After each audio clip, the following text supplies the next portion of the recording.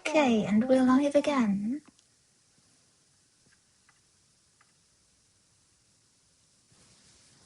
Hello to YouTube, hello to Instagram.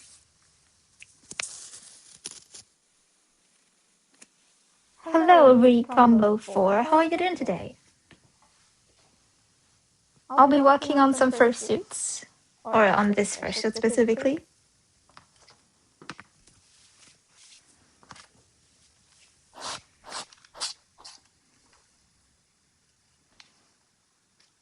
Pretty good. How about you? I'm also pretty good. I had a very nice lunch break and now I'm back at work. Hello, confused Saturn Claw. Your name sounds a bit like you like warrior cats.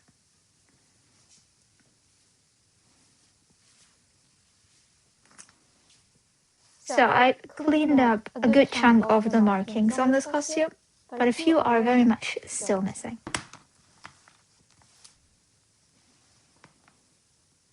It looks so cute. What species is it? It's a tiger. It's supposed to be a tiger.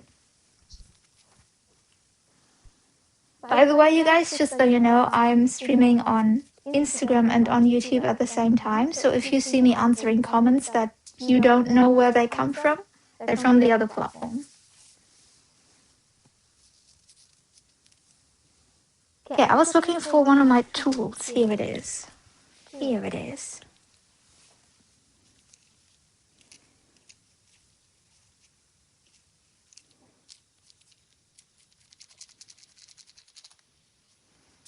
Is this a refurb? No, this is a pre-made. So everything was made by me from scratch.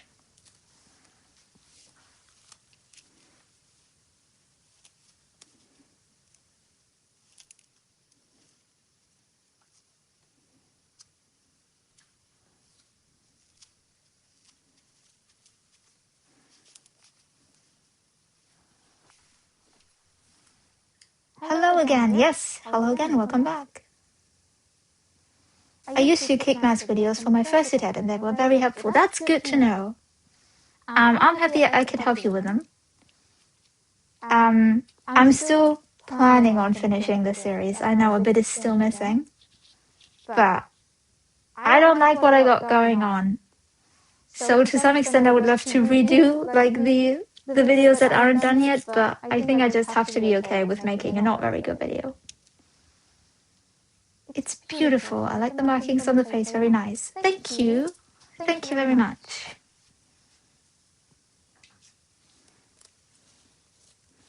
But I'm already happy if my unfinished tutorial series is of help to anyone.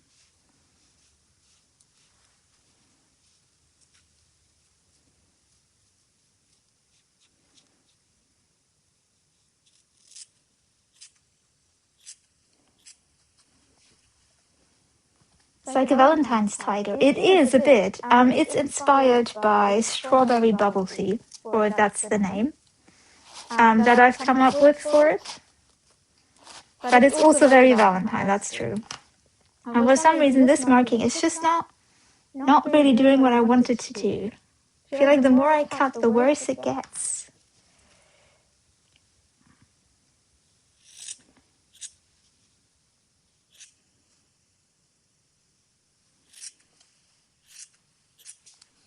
Maybe this is better.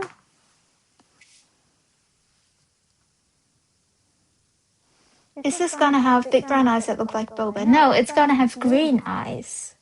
So the accent color for this is green. I have the unfinished tongues in my other room. I can get those.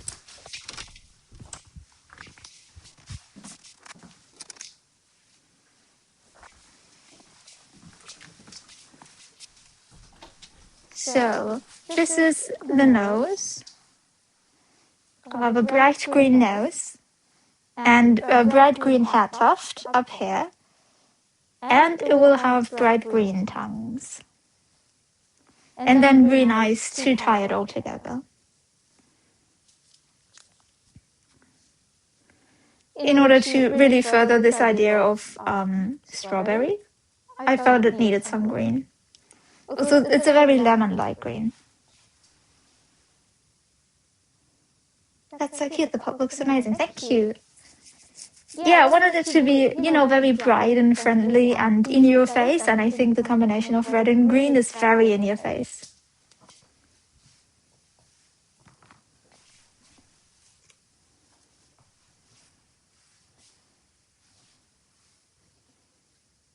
Really does look a lot more strawberry with the green. Yeah, the green helps a lot. I think it's also more watermelon. Especially if it was a darker green, it would be a lot more watermelon. With the light one, not quite as much.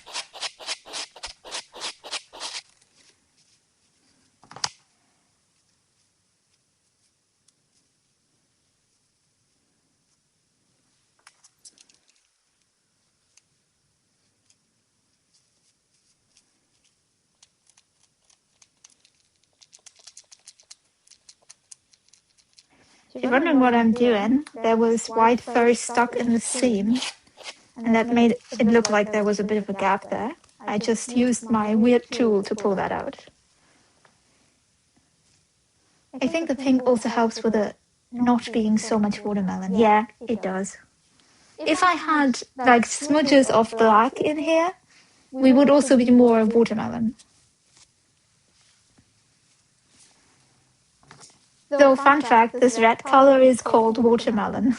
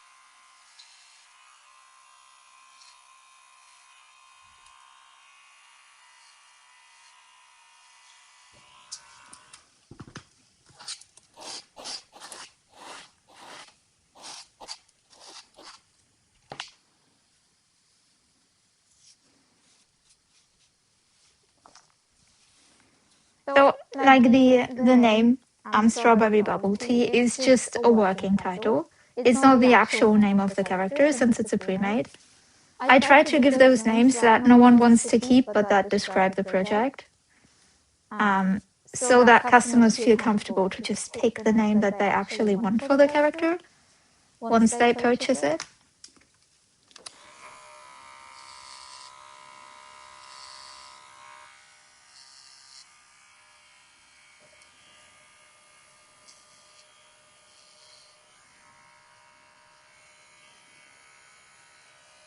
So it's going to be interesting, like, who this character becomes.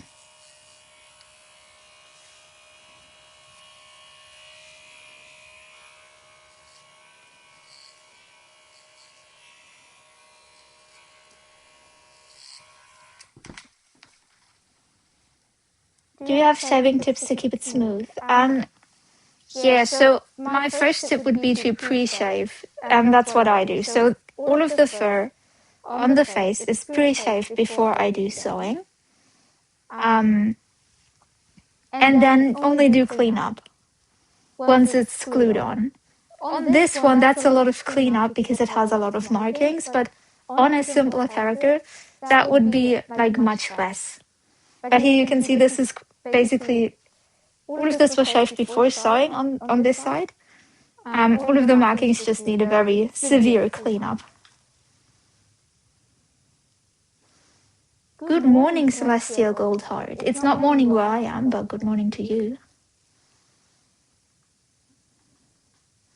I painted on eyeliner to my cake, but now I can't do exact on the other side. Yeah. The other side is always a bit of a pain, isn't it? I'd love to give you a tip, but I think the only tip on that I can give you is go slow. Take your time with it.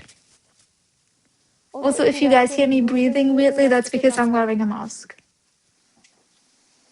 Love the design. I'm not going to copy. I wasn't worrying about that, but yeah, thank you. Happy you like it. I designed this one myself. It's a bit of a rarity for me. Don't do that very often. Since I do a lot of commissions, and even with pre-mades, I have someone who designs stuff for me. It's so pretty. Thank you. Thank you, thank you.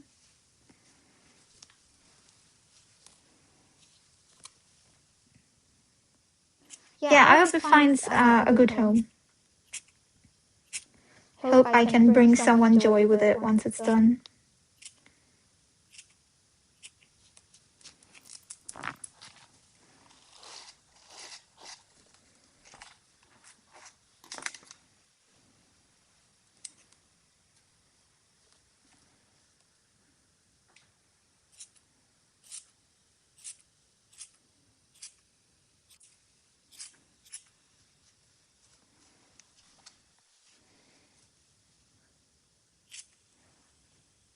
Some of these corners are somewhat annoying to reach, I'll have to say.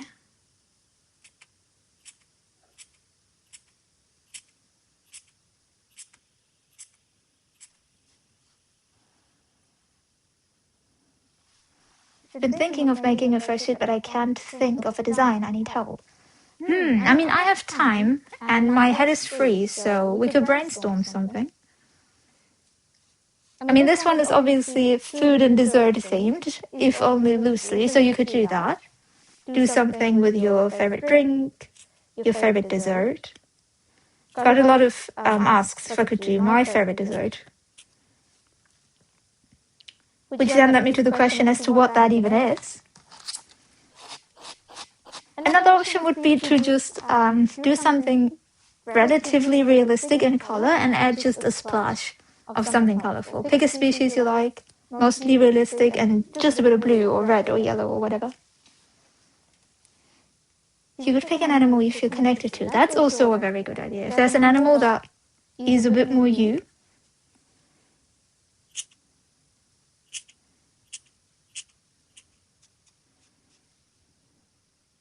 I think, by the way, that's what a lot of furries do. Pick an animal you feel connected to, pick your favorite color. There you go, that's your persona.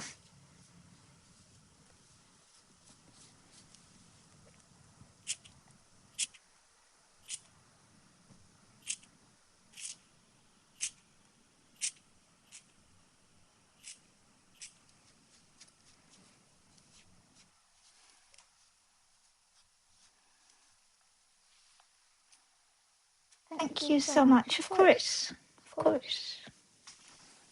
Yeah, if you have any questions about fursuits or fursuit making, always feel free to ask. I like talking about my weird job. So really, you're doing me a favor if you ask me a lot of questions.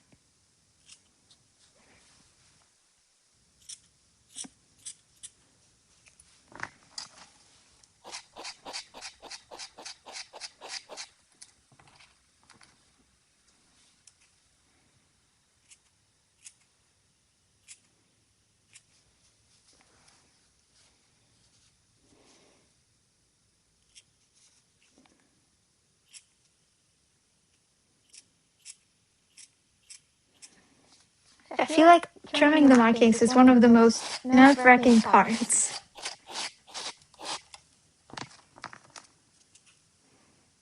It just feels much more challenging than it actually is.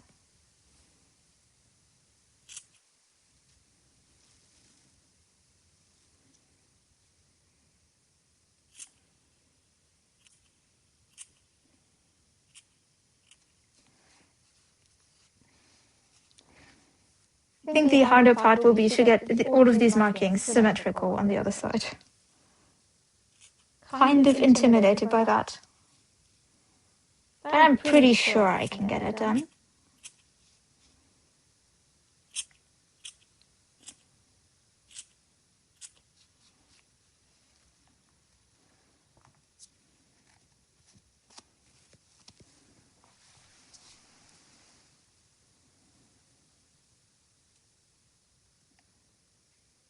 I'm trying to make a lemur tail, but all white. I just don't know how to make like round more 3D.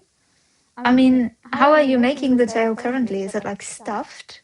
Something on the inside of it? I'm making a lot of suits lately, and I thought about selling a partial. What should I write in the description? I like what everyone else is writing. What kind of quality of fur are you using? What kind of head base is it? 3D printed or foam? Talk about lining, people like that. And if you don't have lining, definitely talk about that you don't have lining, because else people will assume you do, and then they will feel scammed if you don't. Put a few fun descriptive words in there. If it's 2D, then put 2D in the description. I feel like I'm so unhelpful right now. But yeah, that's what I would do.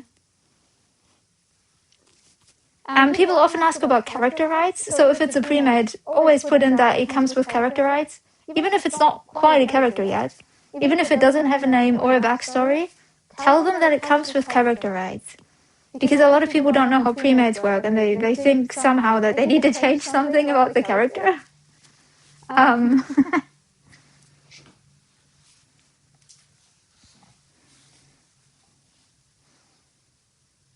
It's so cool. Thank you very much.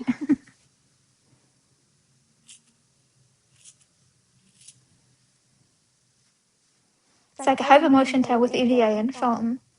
Oh, then I don't understand why it's not three-dimensional yet. Because I would assume a tail that is made with foam is three-dimensional.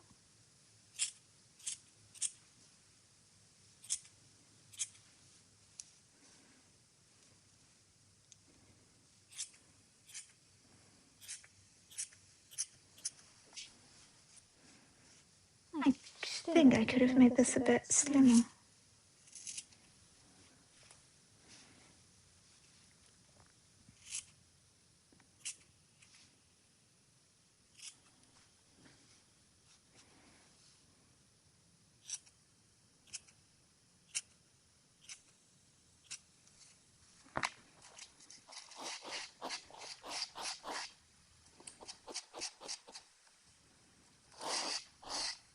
I really need to sew down this, but I don't feel like it. But I'll need to do that soon.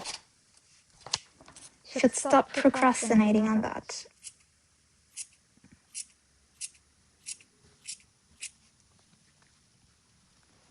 Gonna have to leave. Bye. Okay, thank you for hanging out with us, and have a great rest of your day.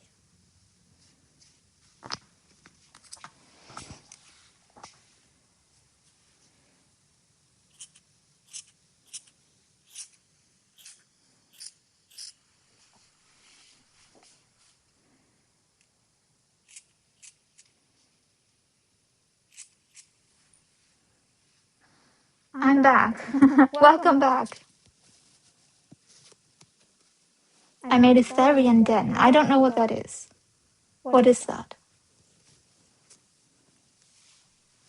Please educate me on Therian culture.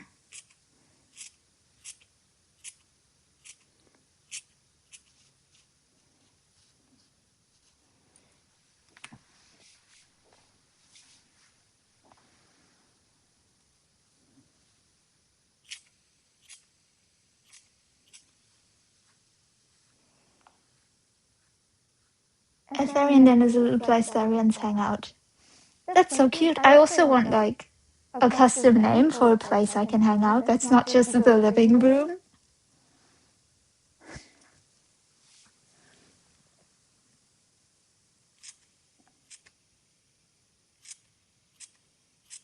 I guess I could just make something up. I could call my living room any sort of fun name.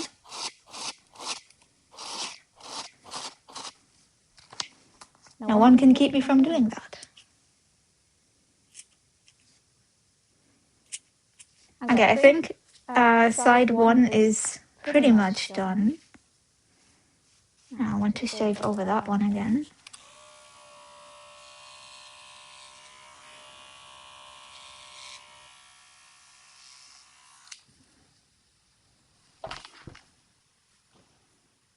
Hey, Hey, live again. Yes, I am very much back live.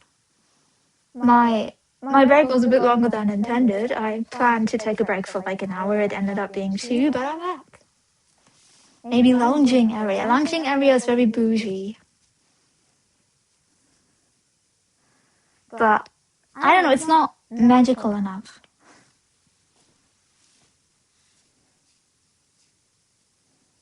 Therian Den feels almost themed.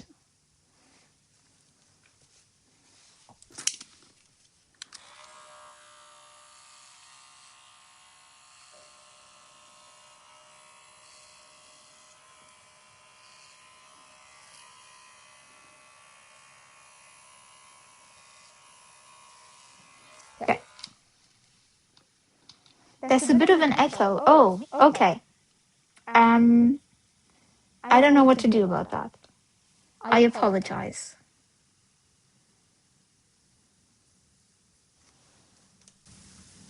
I sometimes have that problem with an echo, and it doesn't seem to fix it when I switch to a different microphone.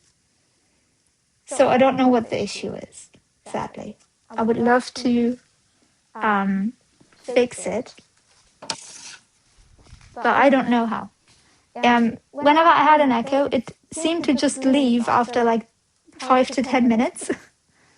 So that's what we'll try for now. If it's still there after a while, I'll try to do something else about it.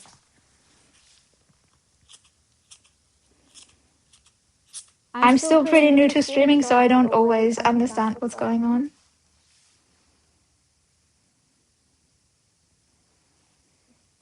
I know you have to wear a mask while airbrushing. Do you have to wear a mask while shaving fur?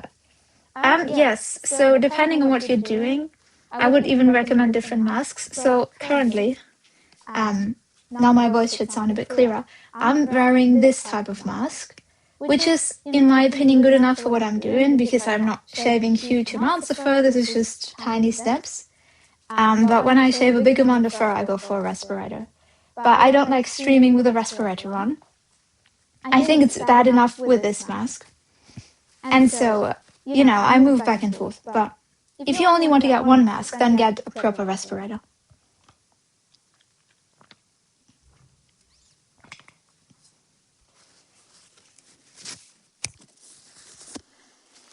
It might be both your camera and mic picking up audio. Try turning either one off, maybe. Yeah, the camera is off. The camera audio is off.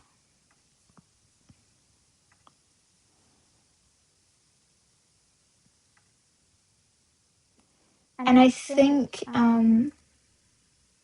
might be my headphones actually. Did that fix it?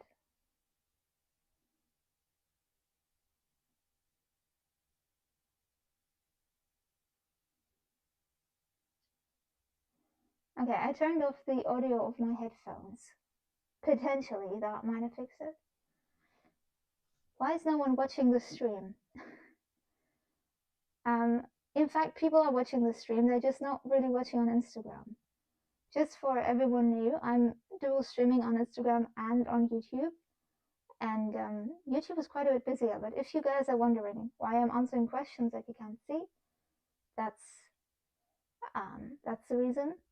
But also for the people on Instagram, you can switch on over to YouTube, you will have less delay and you will see more. That's better. Okay, good to know. Okay, thank you. Then the echo came in fact from my headphones that were sending audio. Then I'll have to remember to turn off my phones. You're very quiet, but the echo is gone. Yeah, I seem quieter now. But in fact, my audio is as loud as it could possibly be. I cannot make it louder, I think.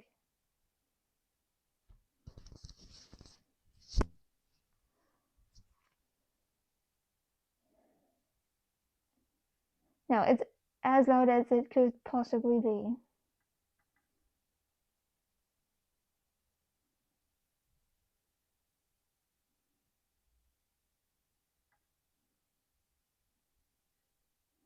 Okay. Anyway.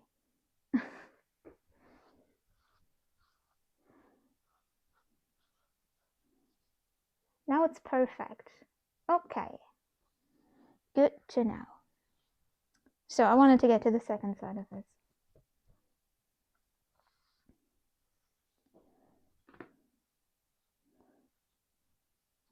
Could also be that before this I was too loud.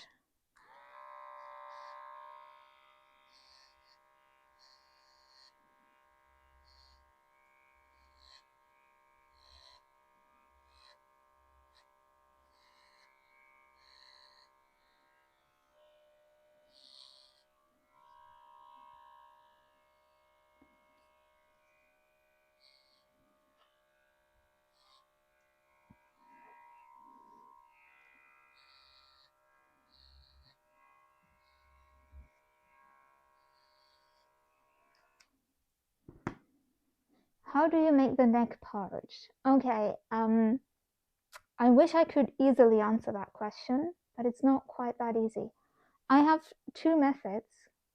I've recently been switching to a new method. So on the older heads, I have a standard neck pattern that I use for every single fursuit head.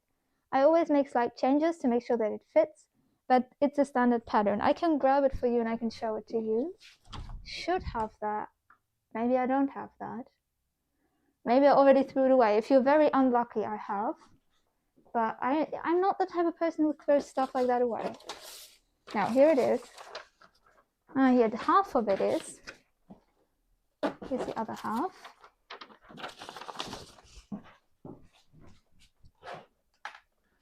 So, this is my standard neck pattern. This is the back of the neck, and this is the front.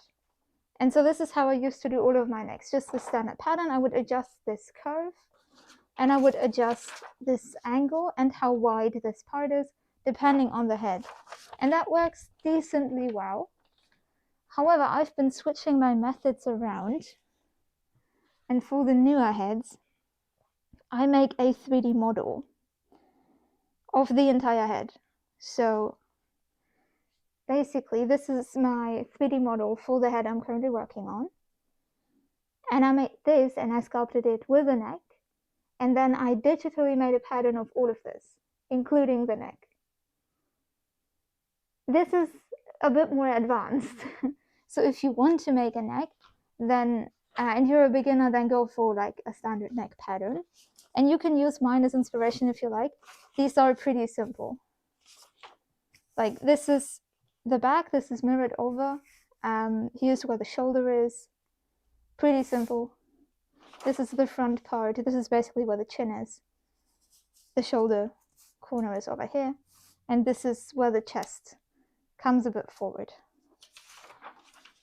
That would be easier to manage. But yeah, it would kind of depend on, you know, your skill level and your techniques. I think that the easiest way, something that a lot of people do, is just taping the neck on a mannequin head. I just don't like doing that. Because if you tape the neck of a mannequin head, then the fur goes, like, lies on top of the shoulders directly when the head is held straight. And so when the fursuiter tilts their head to the side, then the shoulder fur comes up. And it just looks like, you know, they're ripping their own shoulders off their body. I don't like it. So that's why I make my necks always a bit longer than they need to be. They will look slightly wrinkly, but I think that's better than the fur coming up in a way that I don't want it to. Oh, that's cute. Is it a commission? Thank you. And no, it is a pre-made that I'm working on.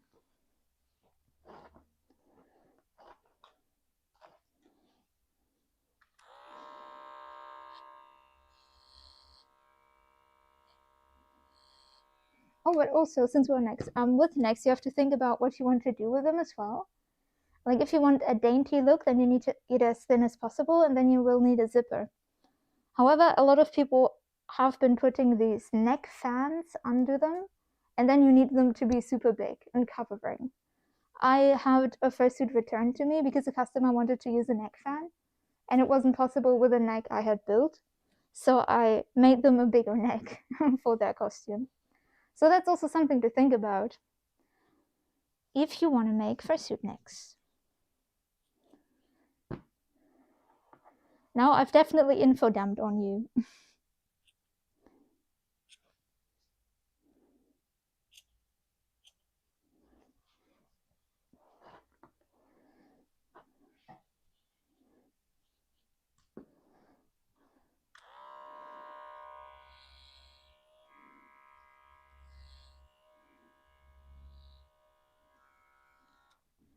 Where did you get the fur from? I buy all of my fur at Stoffhummel. It's a German fur seller, and she sells Big Z.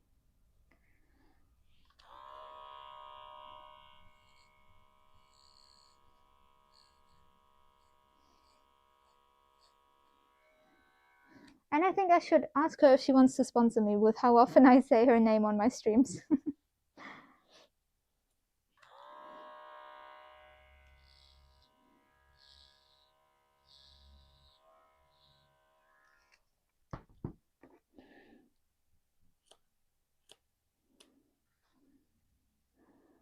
But yeah, if you're like European, there's very few options for fur, and she is the best option. Huge selection, has basically every Big Z Fabrics fur, as well as her own collection of furs in a few different colors. And they are pretty decent too.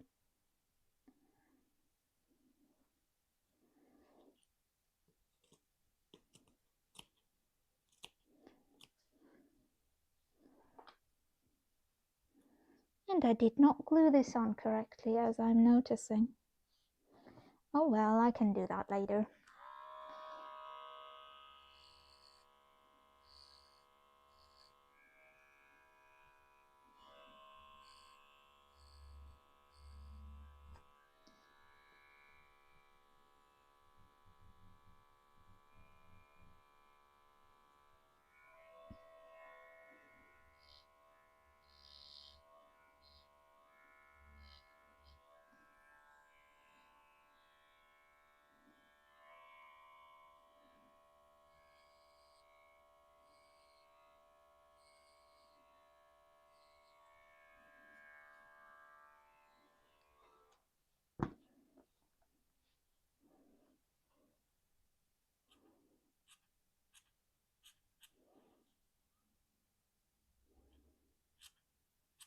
I said I was done on that side, and I just keep going back to side 1. No, I wanted to move on to side 2. I cannot spend an infinite amount of time trimming the same markings. At some point, I will have overdone it.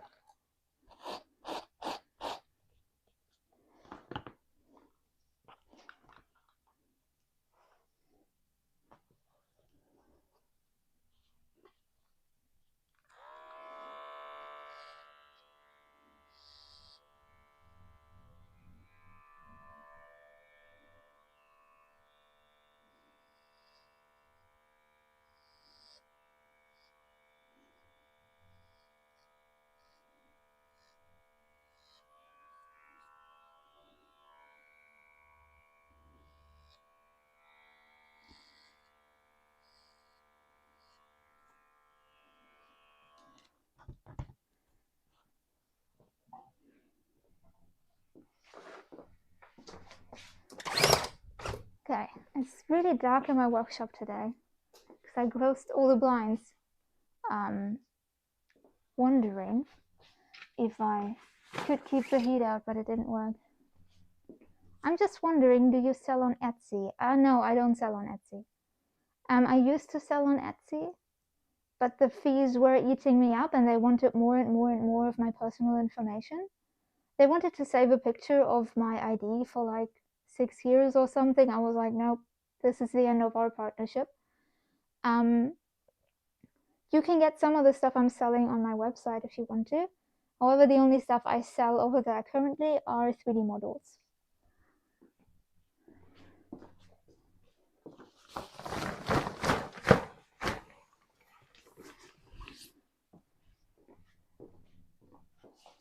Besides that, everything else is sold on like local selling platforms.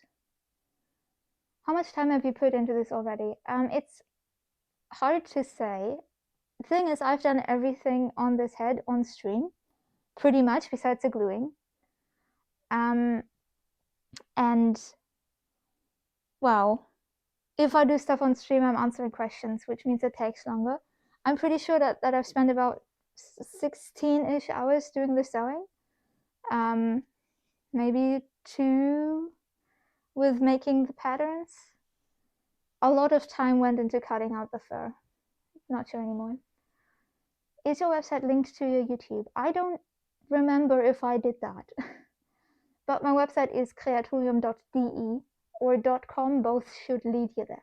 Or just type Creatorium Fursuits into Google and you will hopefully end up there as well.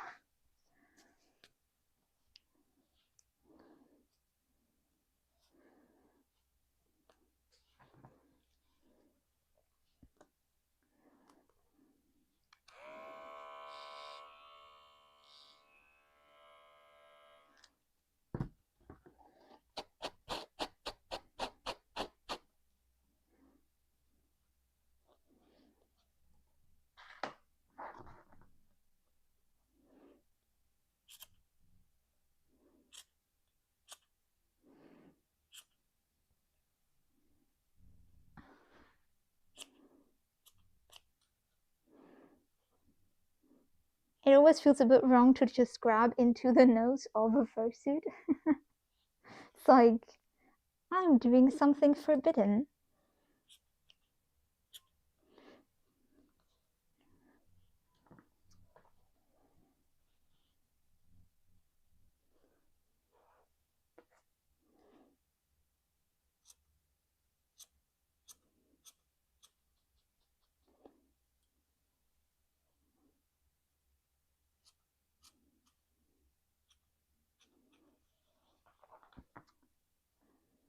Okay, finally I have to move on to the other side. I keep going back. That's not productive.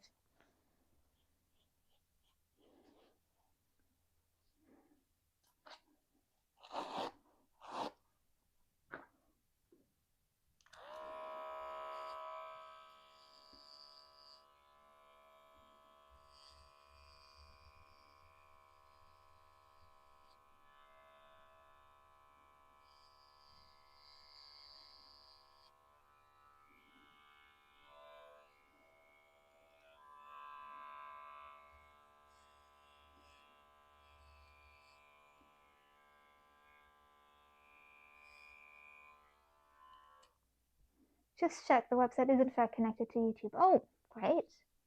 Yeah, I set up this YouTube when I started my business years ago, and then I very rarely checked in with it.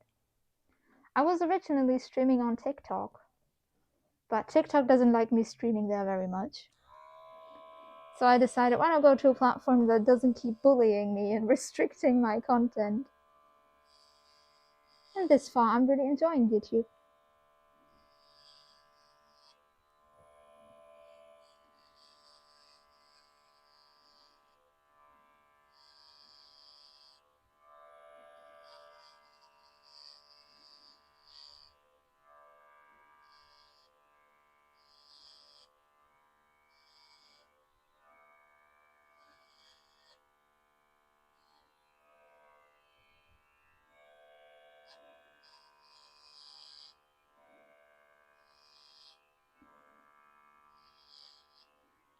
Also, I wanted to set that up for the next streams, that I put my website in the description, because people ask about it quite often.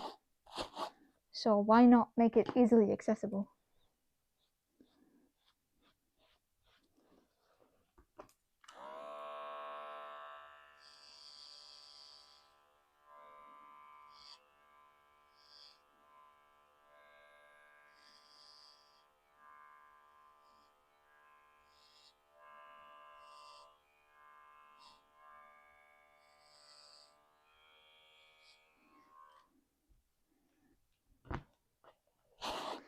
Also, fun fact, for reasons that are beyond me, YouTube automatically translates all of your comments to German, and I don't know how to turn it off.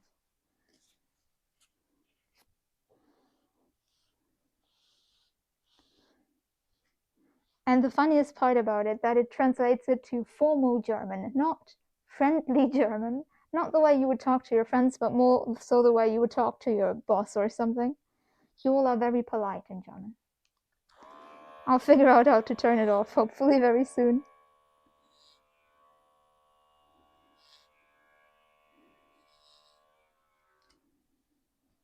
Where did you get your brush from? This is from Amazon. Which is a very boring answer.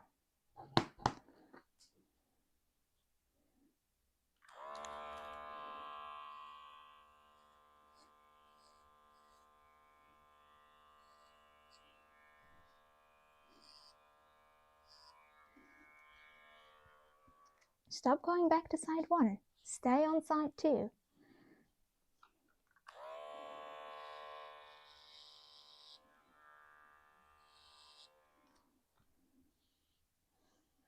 What's the most niche species you've created a fursuit from?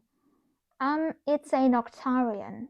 So a Noctarian is a fantasy species, and these are creatures that, as far as I understand, feast on dreams. So they live in some kind of dream space and then infiltrate human minds in order to eat their dreams. It's a very small, unique, close species. I think I would assume that a lot of you haven't heard about it. But, let me know if you have heard about it. I'd be surprised.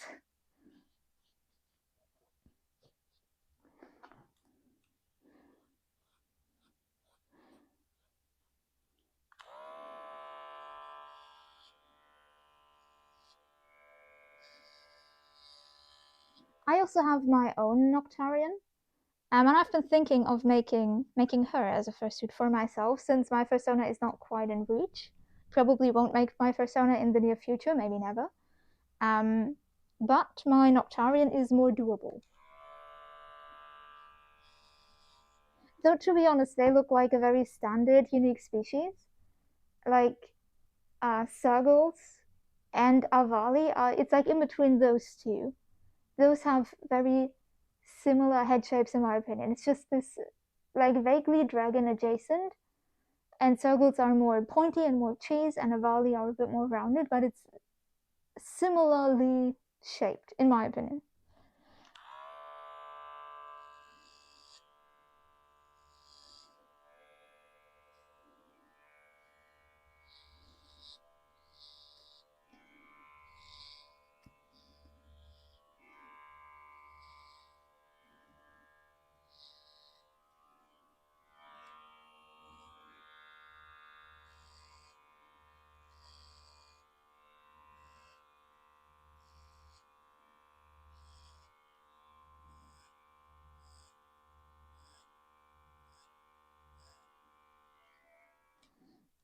But besides that, some of the more unique species I've done were a Sergal as well, and a bat. I think the bat is very unique.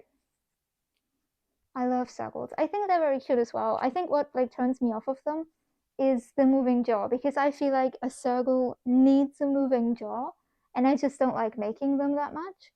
And I made it for that Sergal, and I think it turned out pretty well. I was pretty happy with it, especially the shape when the mouth was open, because a lot of those look just like their face splits in two.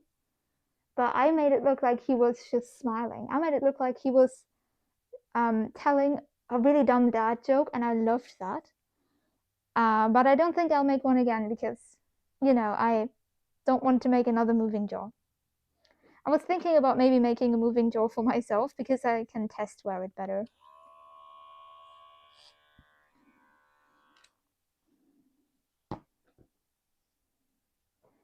So if I end up making my Noctarian fursuit, then I will probably be making a moving jaw for that one.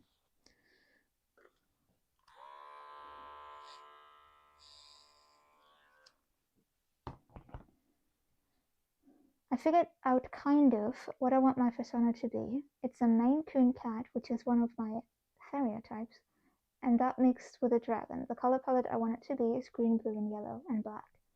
That sounds really good.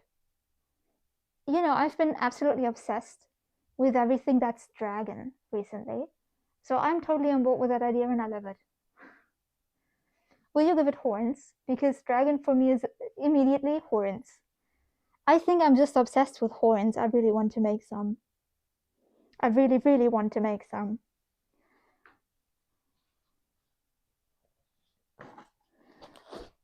My biggest failure in fursuit making was horns, because I made some horns that had issues. And since then, I've been trying to find a project to redeem myself.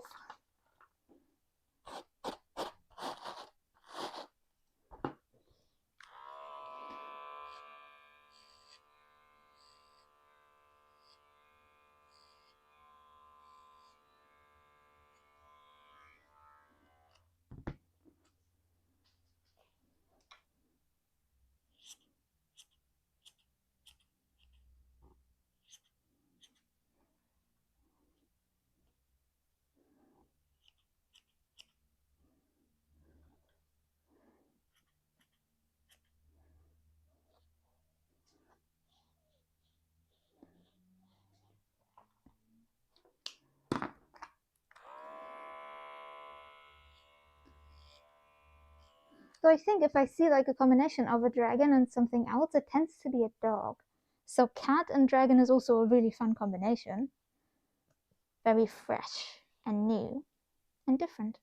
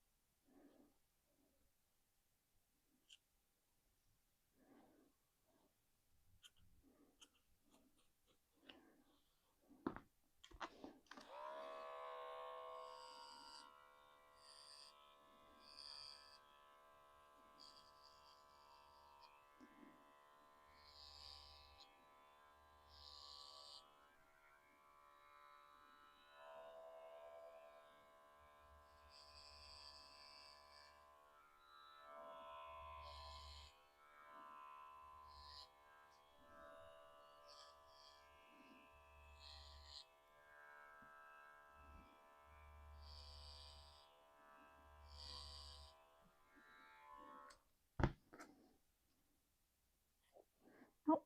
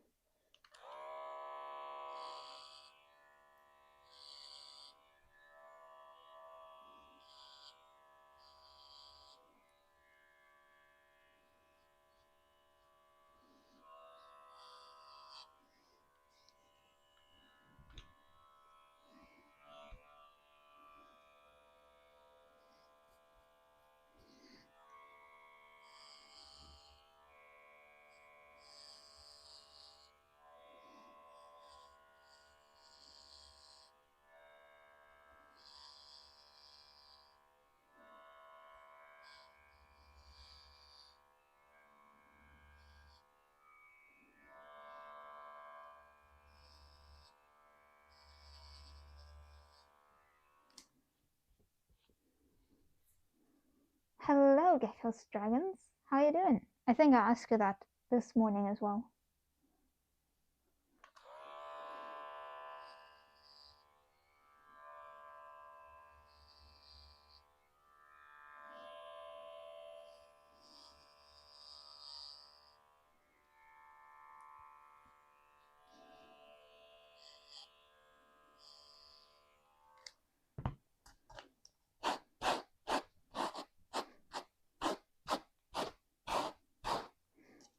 Kind of afraid to trim this part because it needs to be pretty perfectly symmetrical, or else it will be very noticeable.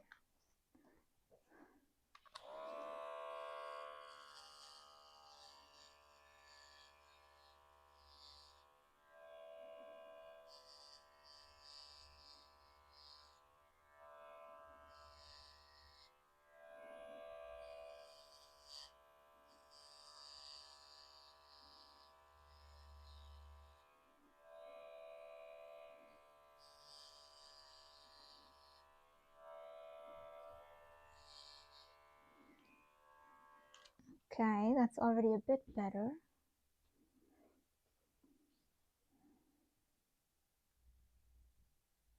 Is it okay if I take light inspo from the eyes, but a bit different? Sure. You can take inspiration from me if you want. I'm pretty chill with that. As long as you're not one-to-one copying what I'm doing, it's fine.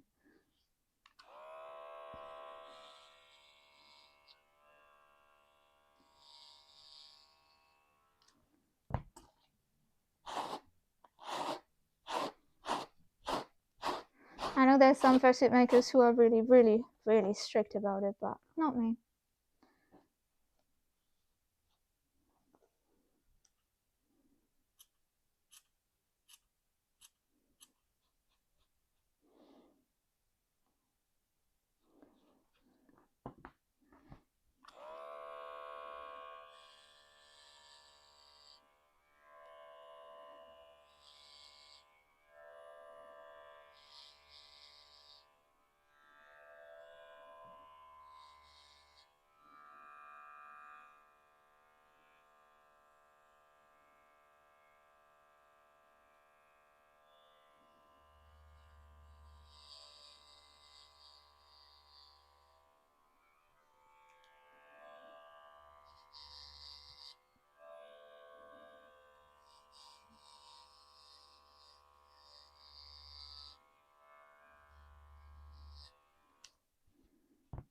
Ever made any Mano kits? No, sadly not. I'd love to make one, but it really always depends on what my customers want. And this far, Mano kits have not been wanted. This is so asymmetrical, oh my gosh. But is that the sewing or is it just the fur? Let's hope it's just the fur and I can trim it to be somewhat symmetrical because, oh my gosh. If not, I might have a problem.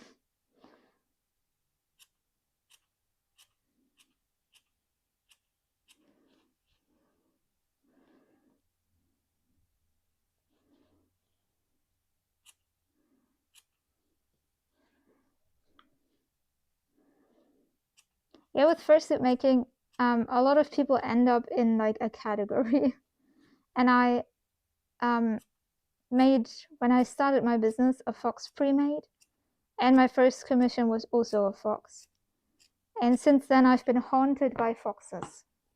Not that that's bad. I don't despise making foxes.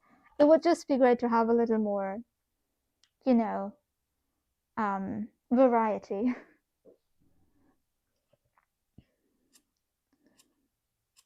But it's hard to prove to people that I could make a really nice mannequin if I've never made one before. I understand that. I really do.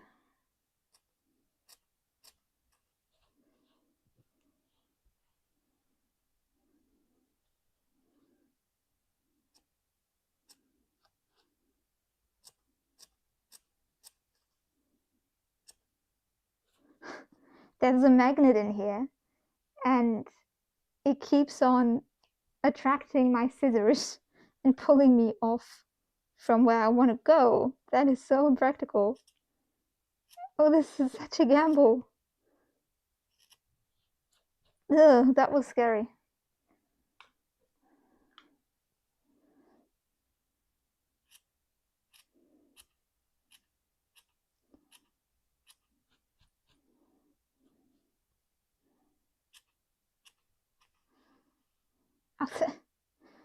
No, the magnet is not helping. Do you do hoof commissions? So yes and no, not individually. I make everything as long as it includes a head. So if you want a head and hoofs, then yes. If you want only hoofs, then no.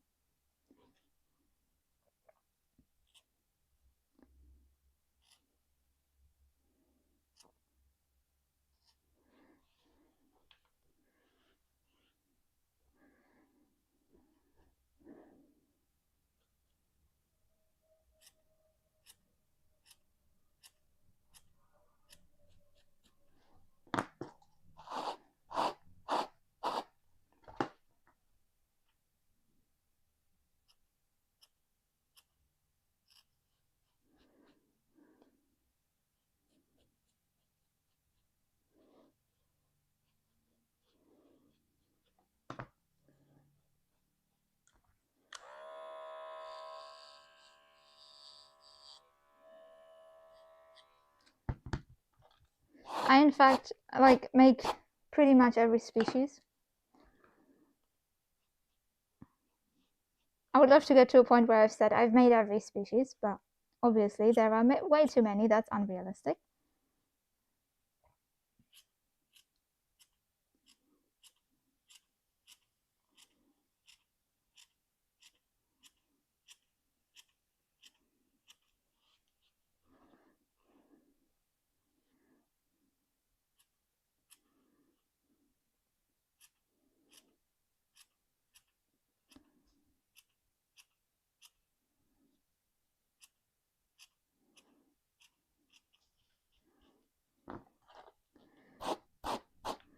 And I have to say, I would love to make some insects. I mean, also dragons. I've been on the dragon train for a while, but insects also sound really cool. If I had all the freedom in the world and I knew that I would sell my pre-mates, I would make an ant that is loosely inspired by solo leveling. 100% that would be the project after the dragon that I really want to make. Also, you know, in the last stream we talked about making a weasel, and I guess I'd have to make the weasel first. So my list for pre-mates I want to make is growing longer and longer and longer. And I just don't know when I'll get to them.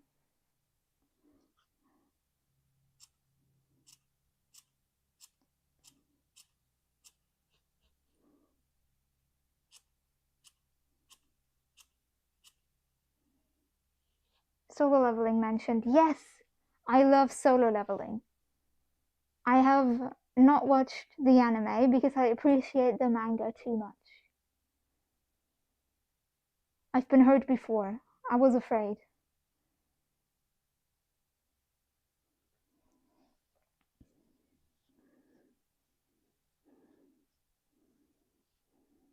But I've read the manga a few times. I also read the novel. It's also really good. It's pretty similar. There's only a few changes. It's one of those things I keep returning to. Like, there's stories I read again and again and again, and solo leveling is very much on that list of stories.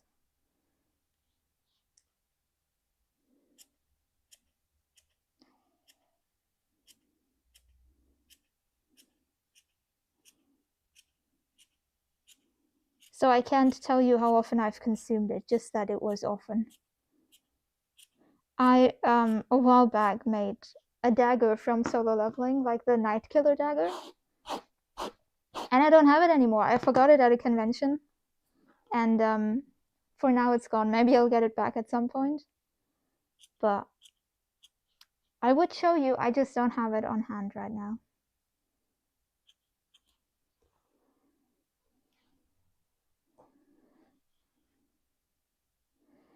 Also, I was at Dokumi this year, which is like Germany's biggest anime convention, and I saw someone cosplaying Egress from solo leveling. It was absolutely, it was glowing. I loved it. It just walked by.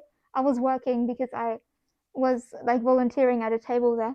And so I was working. I just turned to the people that I was supposed to talk to about how to 3D print stuff. I was like, oh my gosh, that cosplay was absolutely amazing. And I started fangirling. Have you ever made a mask, like a Therian mask? So not quite like a Therian mask, but I have a mask here that I've made. It's really old, do not judge it. But it's it's kind of crusty, not gonna lie. So I made this mask. This is inspired by like very loosely inspired by old Venetian masks, also in technique and how it was made. And I think it's supposed to be like the jester. And the cool thing about this is that the ears can fold in if you pull a string. And so you can play different emotions with these masks. It's not quite a Therian, but I think it, like, considering how old it is and that it still works, that's really cool. I mean, maybe at some point I'll do it again because it's really, really crusty. And I definitely have improved over the last 7 years.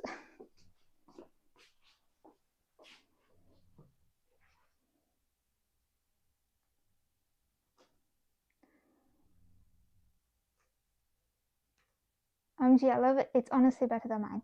Don't compare. I did that in art school, so I was by no means a beginner. How did you do that? You made that 7 years ago. Yeah, about-ish, I think. Hard to tell, but yeah, 6 or 7 years. I said 6, 7. Oh no, 6 or 7 years ago.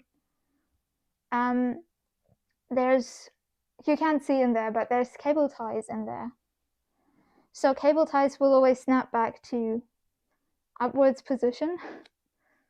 This will, like, if this mask was in use, the cable ties would need to be changed every 2 days. But since it's just lying on the shelf and the cable ties are always upright, they return back to shape. So basically the string goes into the ears, to the top of the ears, and there it attaches. It's not a hard thing to do. It's just a bit of puppeteering in the mask.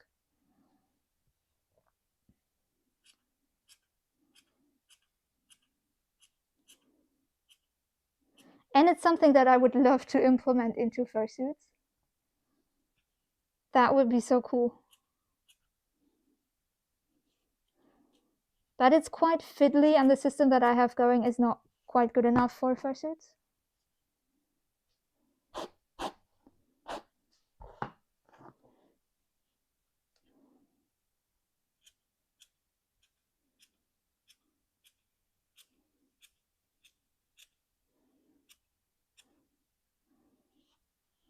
So cute. Is it a tiger? Yes, it's a tiger.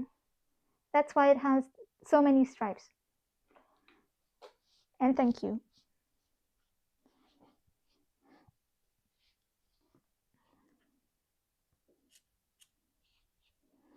This eyebrow is further down, and I think it's purely because I trimmed the fur differently, so that's easy to fix.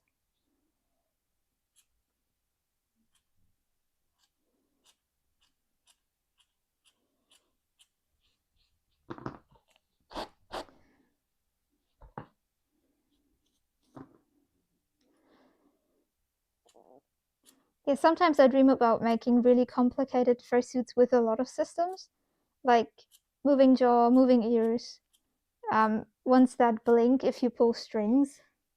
I think that would be really cool to just put more and more puppeteering into the fursuits. But I don't think there's like a market for that. And I don't think my systems would be good enough because I would need to hold up, because fursuit customers don't expect that they need to repair their stuff. So everything would need to last years and years, and that's not something I can promise.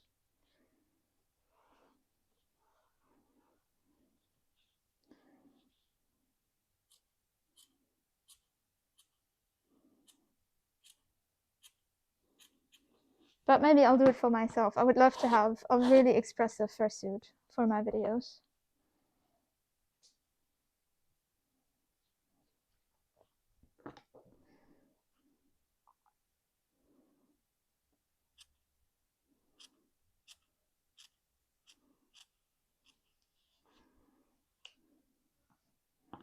Did you possibly get a chance to check out packs during your lunch? No, I didn't.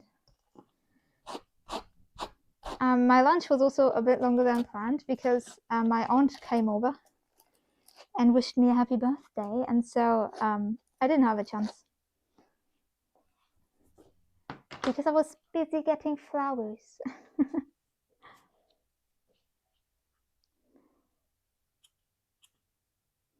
I'll probably do it when I'm done with my work at the end of the day. I think these eyebrows are decently symmetrical. What do you guys think? Oh, happy birthday. It's your birthday. Yeah, it's my birthday. And thank you very much.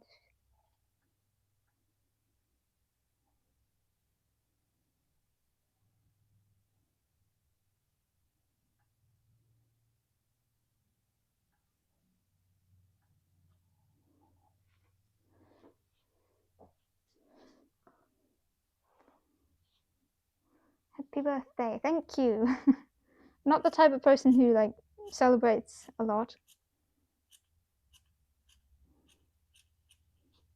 But at least I got some wishes. Thank you, guys. Thank you, thank you.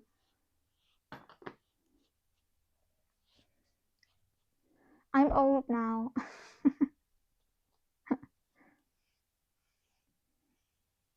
Happy birthday from a raccoon. Thank you very much, raccoon.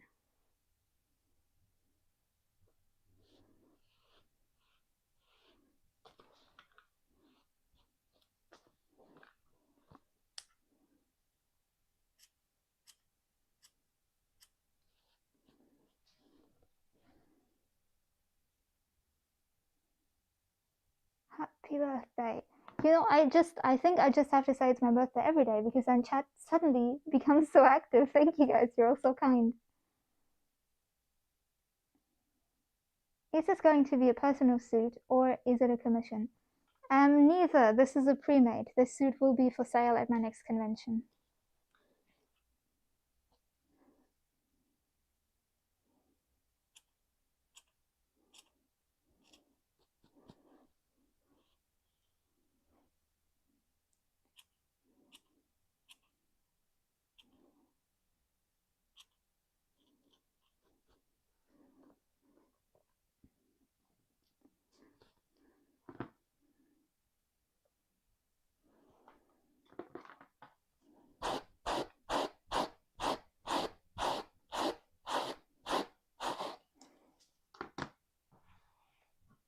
Dang, I'd buy it, but I'm not American. Me neither.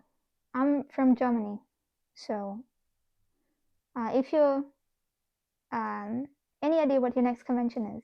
Yes, my next convention is Konichi in Wiesbaden, Hessen, in Germany. So, if anyone's there, come by, say hi. It's a decently big convention.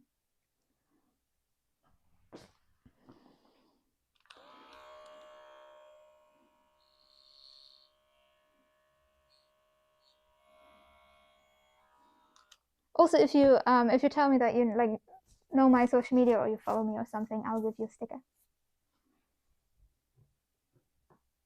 Also, you'll be in Germany. I'm one country over. I mean, yeah, I live in Germany, so yeah. The thing is, I can like. There's currently something new going on with like EU regulations, so I might not be able to ship to you either. Currently, I can't ship to the US, and I might not be able to ship to any country within Europe. That's not Germany. But that kind of depends on the decisions that are being made by people who seemingly have no idea how businesses should work.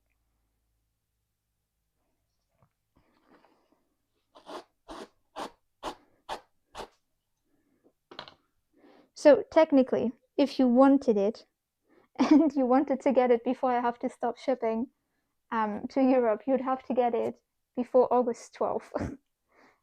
I don't think I'll be done by then.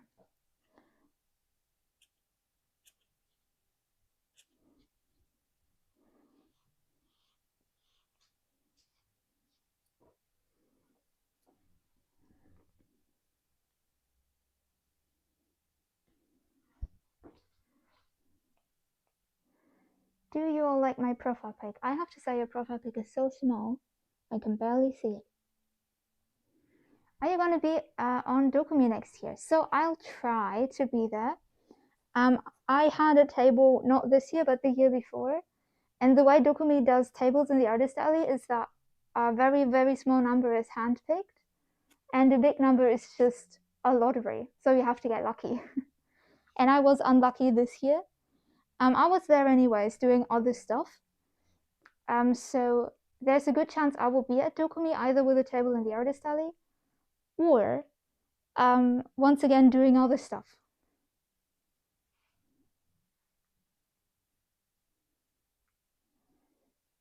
Oh, really? That's horrible. I'm also a European maker, but haven't had any commissions outside the country yet. Yeah, it might not be worth it to get commissions outside your country.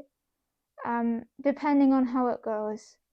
You can have, like, you can Google around. Currently, it's super confusing. No one knows what the rules actually are. It's just pretty clear that you have to pay, like, a one-time fee if you want to send something to another European country.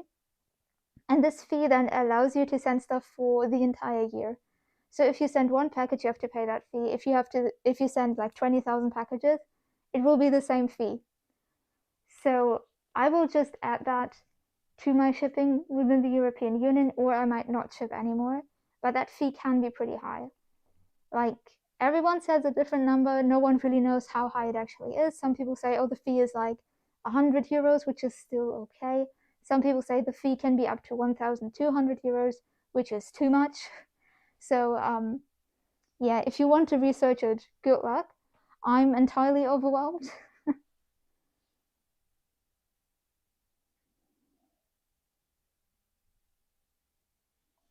Unless it's USA, since I'm getting a bodysuit from there this year. But yeah, I've heard something's happening with Asia too right now. Yeah, with Asia, something happened too. But with Asia, that was for like packages under a certain value or something. And you need to pay, at least in Germany, 3 euros per item category. So if you buy like 2 skirts, you pay 3 euros. If you buy a skirt and a shirt, you pay 6. But I've bought stuff from China since that rule came into play, and I have not had to pay anything extra. I don't know. Maybe that thing doesn't happen yet. That's the other thing. You never really know when something happens and when you have to start paying fees.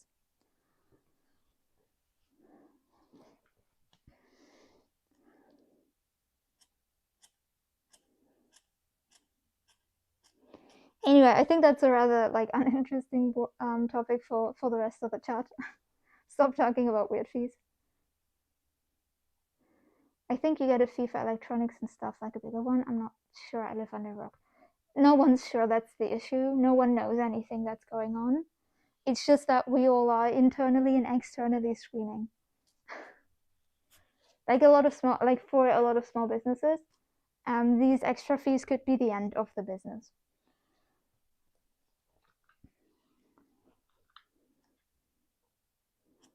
And even if it's not, for now, everything has to be put on hold because no one exactly knows when these fees need to be paid and how to pay them and who to pay them to, which is lovely. Anyway, Etsy gonna get wild really soon. I think Etsy is gonna die. That's my personal opinion. Etsy has been cranking up the fees. They now want you to give them more and more personal information that a lot of people are not comfortable giving.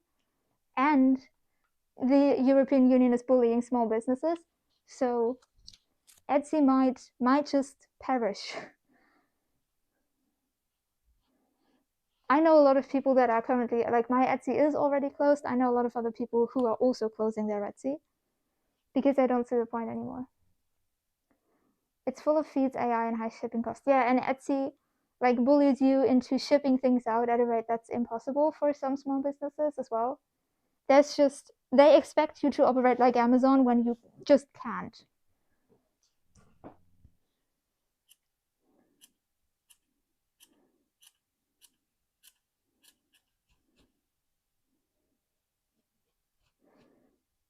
Yeah, but yeah, Etsy definitely does not feel like it's for artists anymore.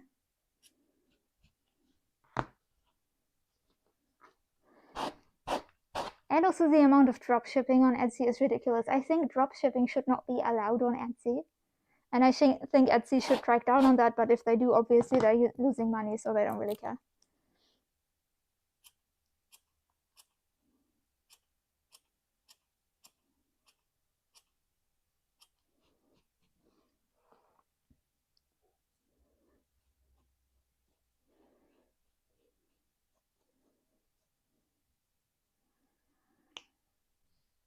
Hey, Creature is Wild, how are you doing? How long have you been making suits for, to change the topic a little? Yeah, sorry, I get distracted with laws. I made my first suit in 2017, and I've been making suits for a living since 2023.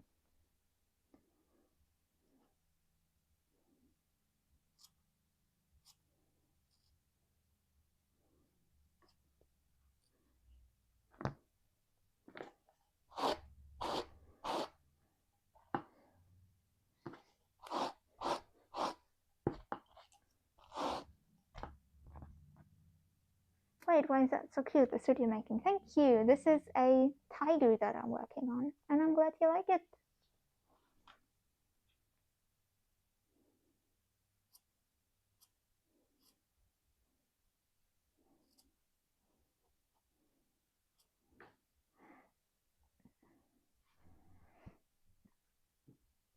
I made my first one in 2020, I think. My profile picture is the most recent one.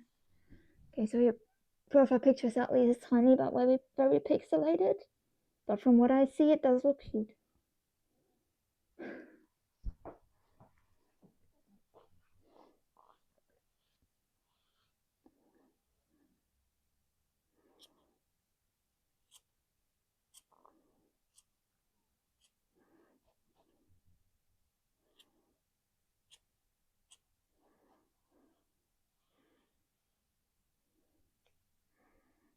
It's a manukit. Oh, okay. Nice. Is this your own suit? No. This is a pre-made. This will be for sale soon. There's a magnet in here, and it keeps pulling me off track. It's ridiculous. I have to turn that around.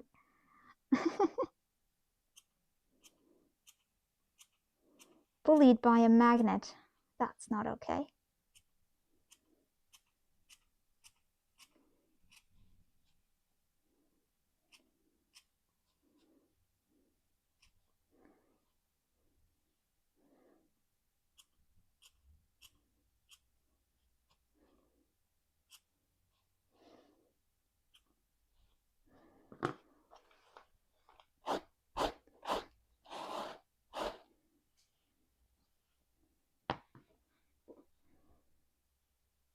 Fursuit making looks calming. It can be. It can also be very stressful, but this is one of the more calming parts. This suit is entirely sewn by hand, which was a lot of hours, so that was also pretty calming.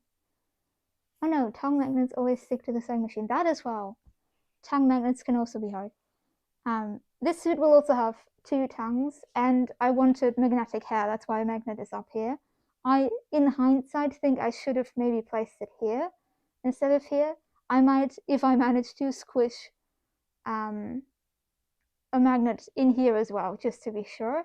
That way the hair can be placed in 2 different positions. Maybe that's will be fun.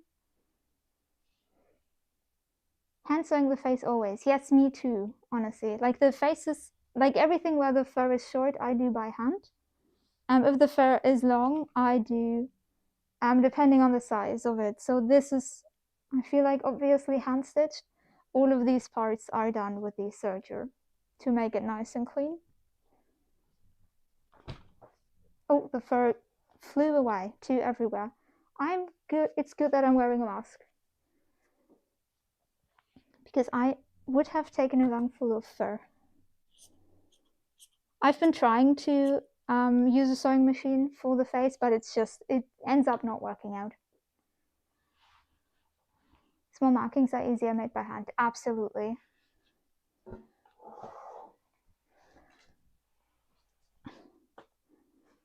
I have a chair at my table, and for some reason it's tiny. I need to grab a bigger chair because I feel like a toddler if I'm sitting on that one.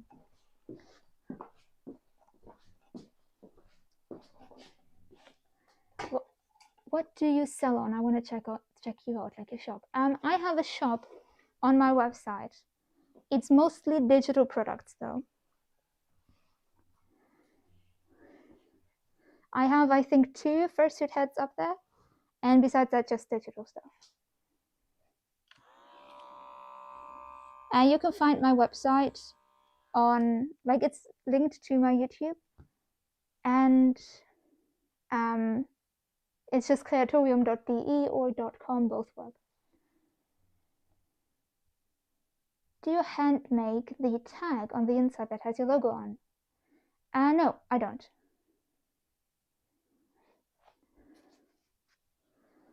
So these I order these are purchased because that's just easier. I do have a sublimation printer, so I could hand make these maybe in the future, but these are pretty cheap to order.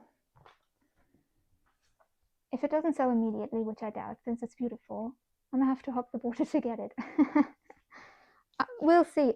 I've had pretty bad luck with selling suits at conventions, so I'm actually thinking it will probably go up on my website or on local marketplaces. Which border, by the way? Like, in which country do you live? I've had a lot of people from the Netherlands recently.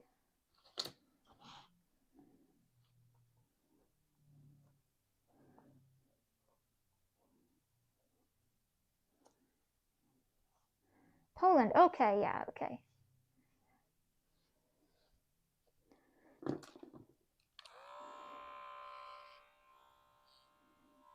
That's not that far, depending. Wow, the ears are. Am I blind? You're not blind. The suit does not have ears yet. They will go here into these little slits. I've been trying something new. Usually I do the ears beforehand, but for this one I wanted, since it's a pre-made, I can make experiments. So I decided I will attach the ears last, just to see if that's nicer. And this far I've been really enjoying it. Like, gluing the fur down was so nice.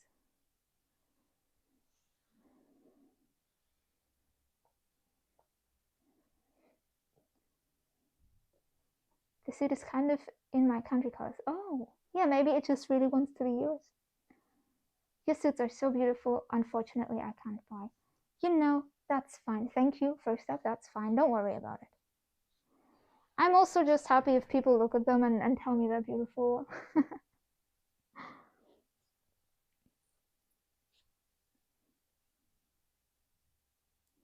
Actually, I do also make pre-mades if you ever wanted to trade. Oh, it is tempting.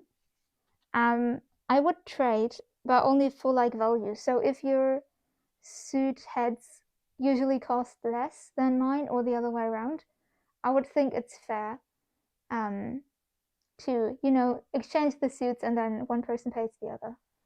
Unless they are worth exactly the same, in which case, yeah, just trade. How much would you sell them for? It looks really pretty. Thank you. So I don't know yet. My pre-made heads go for a minimum of 1,200. This one was a ridiculous amount of work with all of the markings, so it will be more expensive.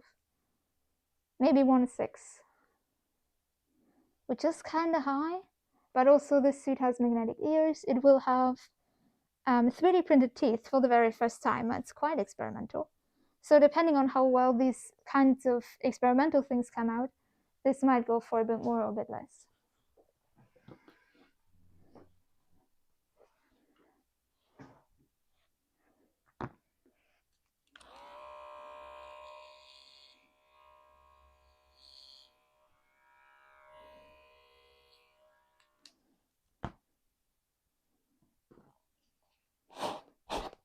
But also this one would only be the head.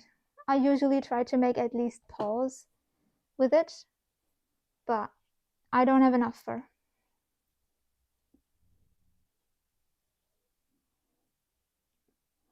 I've really been wanting to make suits since like 2023, but I can never find good materials to buy the fur. So where you can buy the fur kind of depends on where you are in the world. I can like list you a few shops if you want, but I really only know a few American ones and then German ones and one in Poland.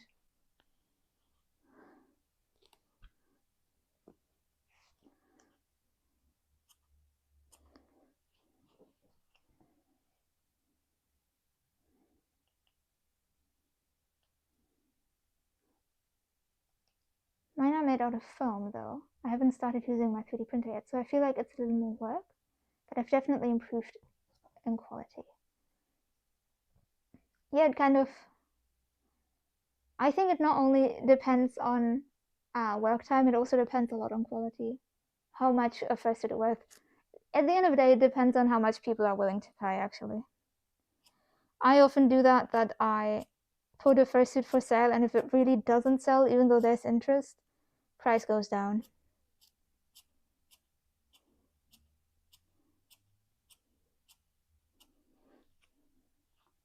I'm from the UK, well, in the UK.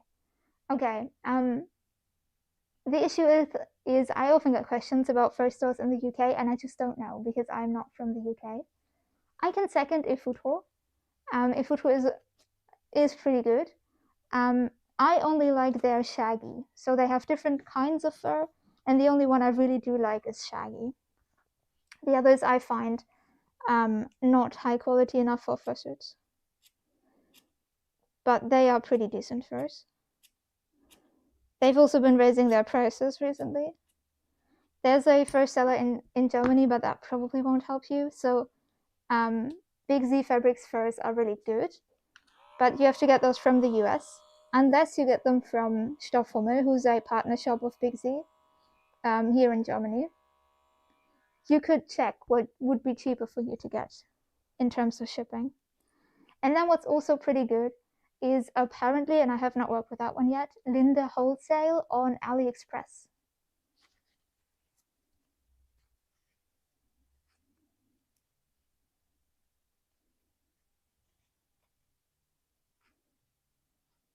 Oh, you're German, I'm Dutch.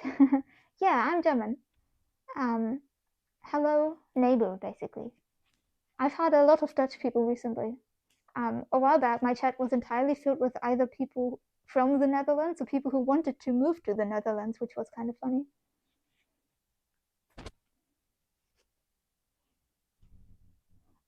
I decided I'm making a Maine Coon cat. The drawing turned out so cute. If you want to share your drawing, you can do so in my Discord server and we can all have a look at it. If you would like to. Of course, you don't have to.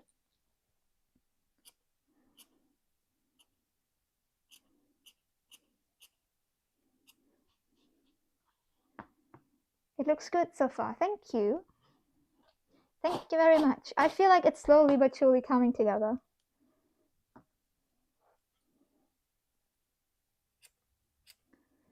Cleaning up the markings always makes a huge difference.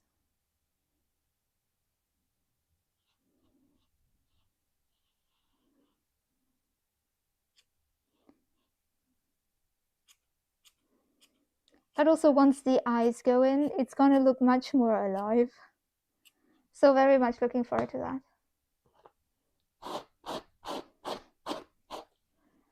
You have a Discord server, you know who's joining after the live. Very nice. If you join, you might be our 100th member. I didn't say that correctly. Yeah, you can find the server on my website. It's linked there.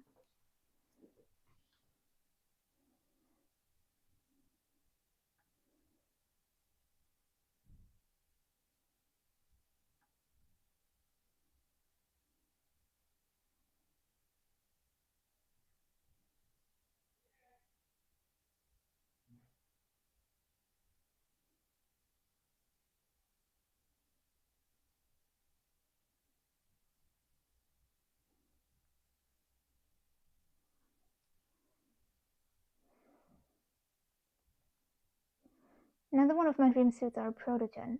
Oh, Protogens are really hard. I'm also like, I'm tempted to make one. On the other hand, I think it's just not worth it. Because I would have to purchase basically everything and I would only be putting on the fur. And it's like, what's the point?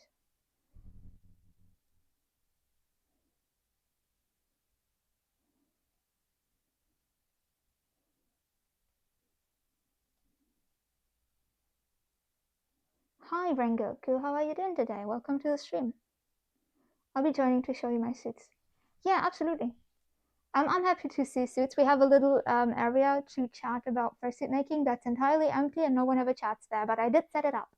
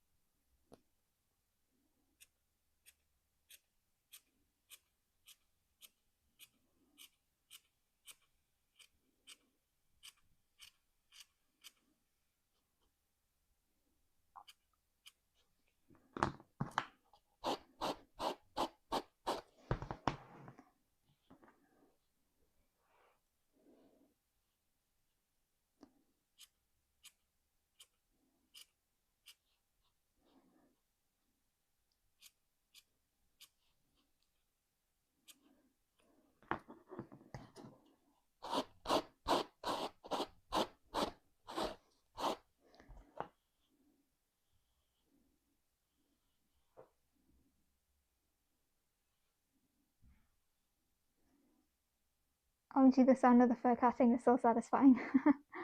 You should swing by when I cut out the fur because I use the same scissors for that, and it is equally satisfying. It just is a constant sound at that point when I'm cutting out pieces. Not sure how much cutting I'll be doing in the near future, since I'm working on 3 commissions currently, and 2 of those are actually nearly done.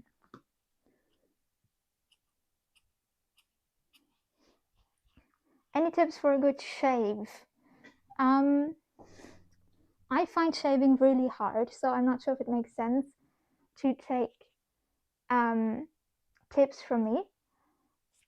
I think pre-shave as much as you can before you put the fursuit head on, and then trim the details later. And for some fursuits, that means you trim nothing. I have a fennec fox that's actually staring at me with huge empty eyes. It's kind of creepy. I should turn it around. And that one, I don't do any trimming because it doesn't have markings. With this one, I do a lot of trimming afterwards. But the tip would be just to go slow. And if you're trimming something long, brush backwards and then trim over twice.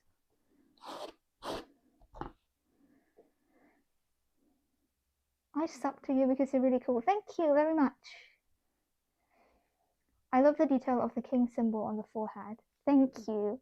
That was on purpose. I did a bit of research into tigers when I designed this, and I learned that when Chinese people draw tigers, or Chinese artists draw tigers, they oftentimes put the symbol on the forehead because it kind of looks like what a tiger's forehead looks like. And I loved it. So I decided, yes, I'm going to copy that. I still need to clean this up more. I don't think it looks tidy enough, by the way. I just got distracted by other markings. I was a bit afraid of doing it because it's, so small, and I wasn't sure if I could make it look clean enough, but by this point I think, yeah, I can. I think it's gonna turn out quite decent.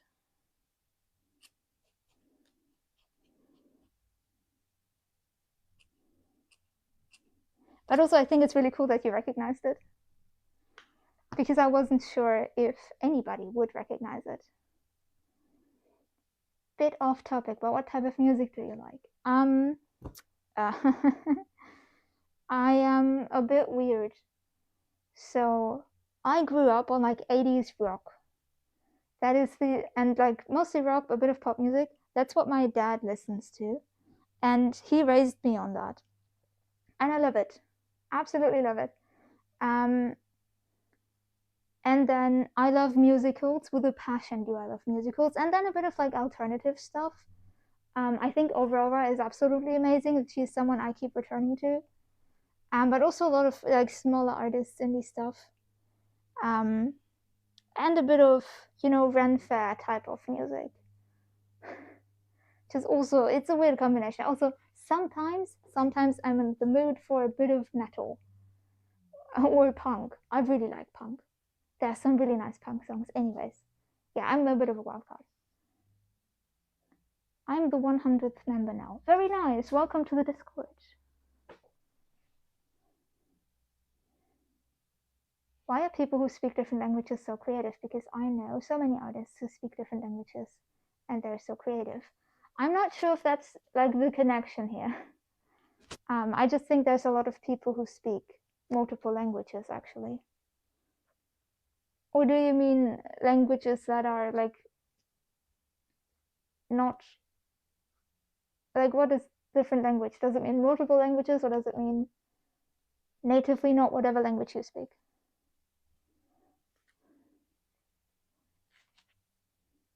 Hey Jack, welcome to the stream. How are you doing? I like a lot of that music too, but maybe not the metal part. I think metal can be really nice, honestly. Sometimes there's days where I'm just like, let's turn on Disturbed insanely loud and sing along.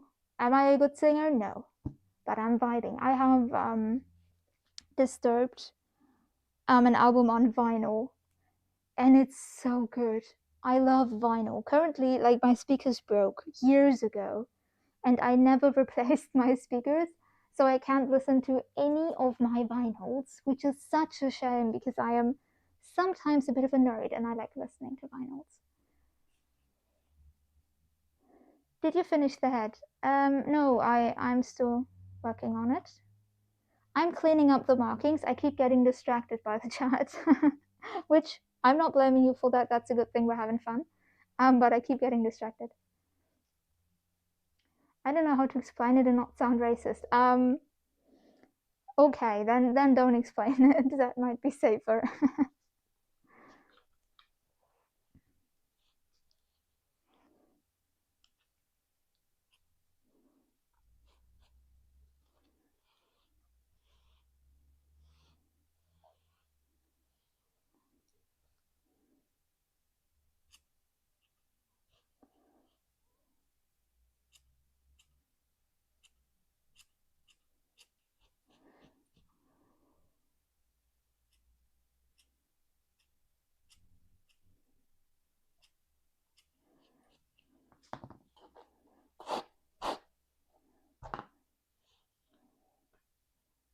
I feel like the entire symbol is slightly crooked. And that makes me unhappy, but I can't fix it. And I'm not sure if anyone would ever see it. Do you guys see it?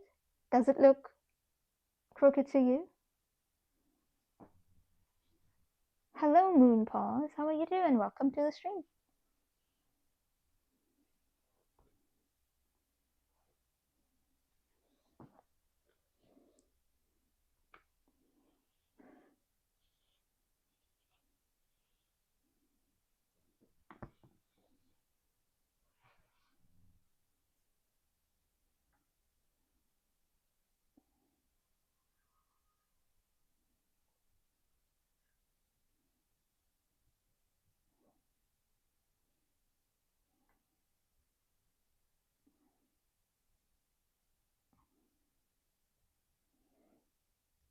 I shot my first suit in the 3D craft chat of your server if you wanted to see. I'm already having a look. I just forgot to read out the comments and left the chat alone.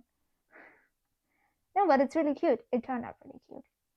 I really like the shape of your nose that you've got going on. But also the angle of the ears is very fun. I feel like a lot of nano kids have ears that go like back in a way that makes them almost look like a slightly angry kitten. I think it looks really symmetrical, to be honest. I mean, thank you for the feedback. Might just be my brain messing with me. I will leave it like this for now, and I will return to this next week with fresh eyes, and then we'll see if I still think it looks crooked.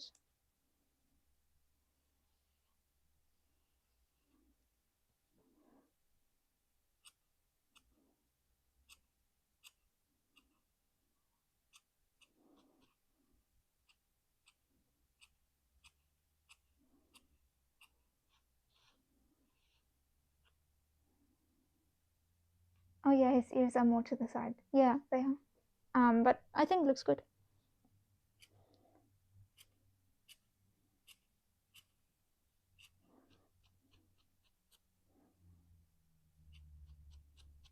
Also, I don't know what's up with that, but a lot of like original species have those kinds of ears, don't they? Sergals have ears that go back. Duchies have ears that go back. Mannequins have ears like all triangle ears are just back. I think if I learn just a bit more about all of these species, I can do the most average original species ever.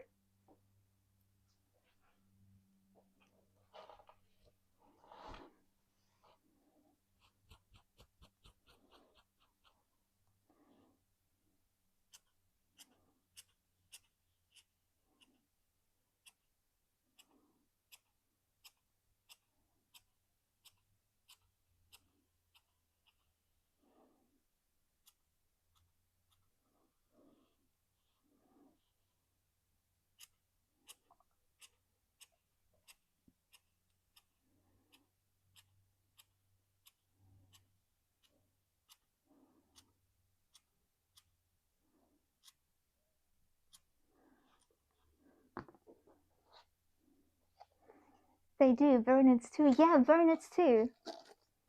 That's true.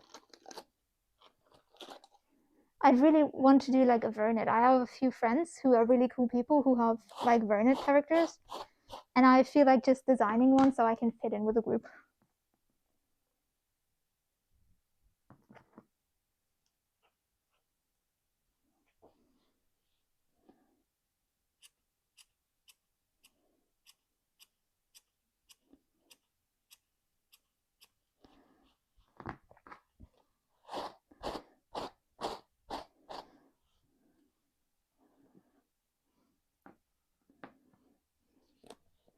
I think this is not glued down correctly, but I can't do that right now.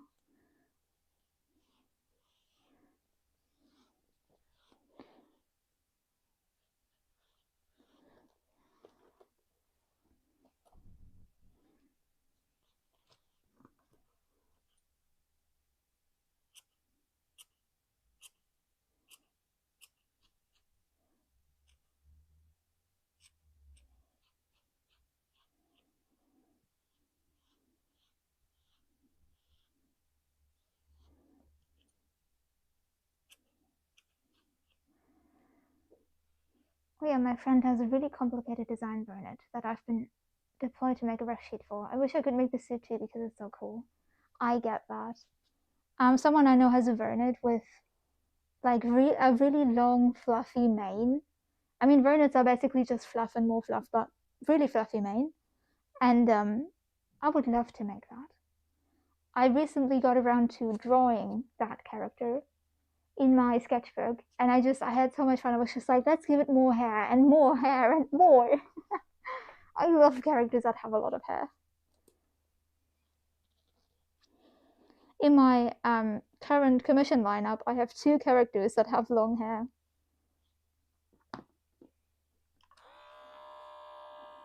Which was more of a coincidence. I didn't choose them because of the long hair. Just kind of happened to happen.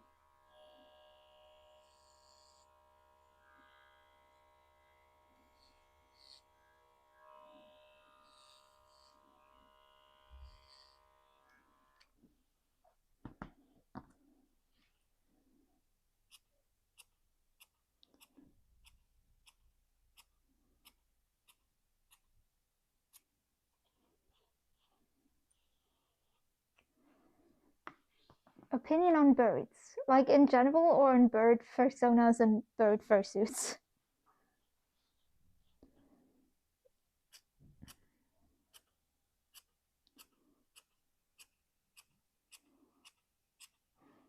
Because in terms of fursuits, I'd love to make one. Mostly because I want to make every species, and I haven't made a bird before. I personally would not want to be a bird. And there's a lot of bird fursuits that I just don't like. I couldn't even tell you why, but oftentimes when I see bird fursuits, I'm like, that's not it. So I think the most interesting part would be if I tried my hand at it, would I like my own bird fursuit? Gotta go, might come back later, but I hope the fursuit turns out good. Thank you. Thank you for swinging by as well and hanging out with all of us. And have a great rest of your day in case we don't see each other anymore.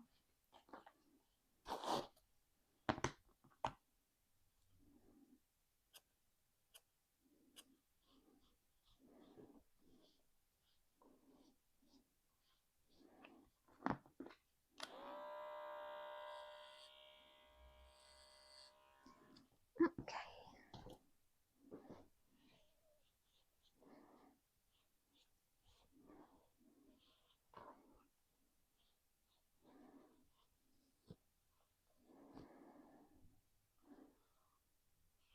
At this point, my entire workshop is covered in tiny fur bits.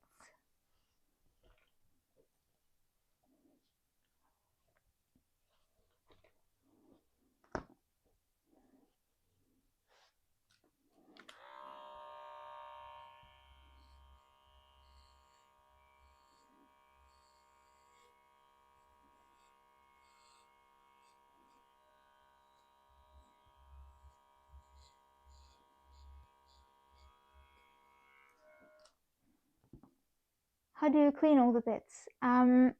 I start by vacuuming and then wet wipes. So for on the table, wet wipes. For the floor, I just spoon it.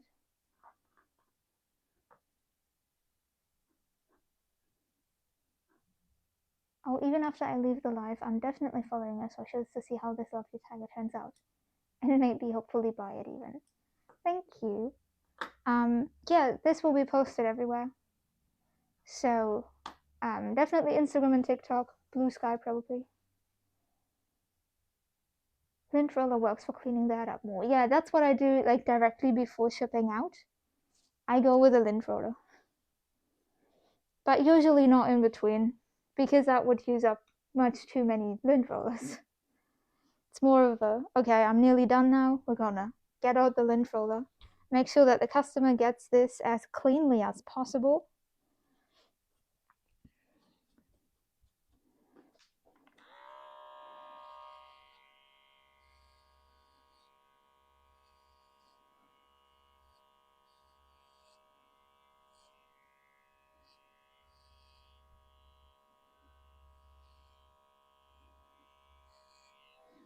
Also, sometimes my clothes also look like the table.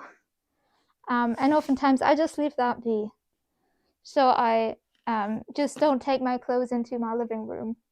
I just oftentimes leave work and switch straight into my pajamas, like the lazy bum that I am. Or into clothes that are more appropriate for going outside, I guess, depending on what I'm doing. And so the fur can just stay on for days on end. That sounds like I never put on fresh clothes. That didn't sound right. Anyway. I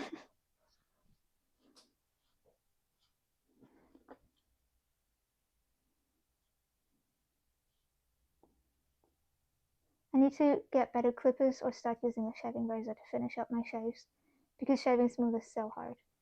It's also like skill. It's also sometimes the fur. I have that so often, where I think, oh my gosh, I suck at shaving, I'm the worst. And then I shave a fruitful fur, and I realize, no, Big Z just is so inconsistent, and it shaves really bad sometimes. But you don't need like expensive clippers. Like this one is $30 on Amazon, and this is my favorite clipper. I have in the other room an expensive one, and I just don't like it as much.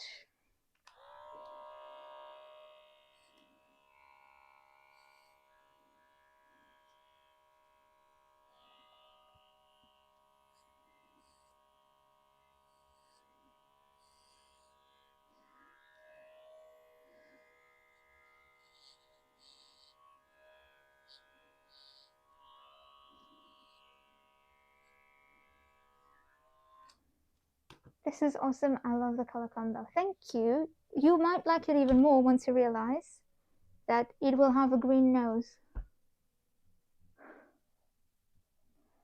I feel like it already looks much more completed once the nose is on.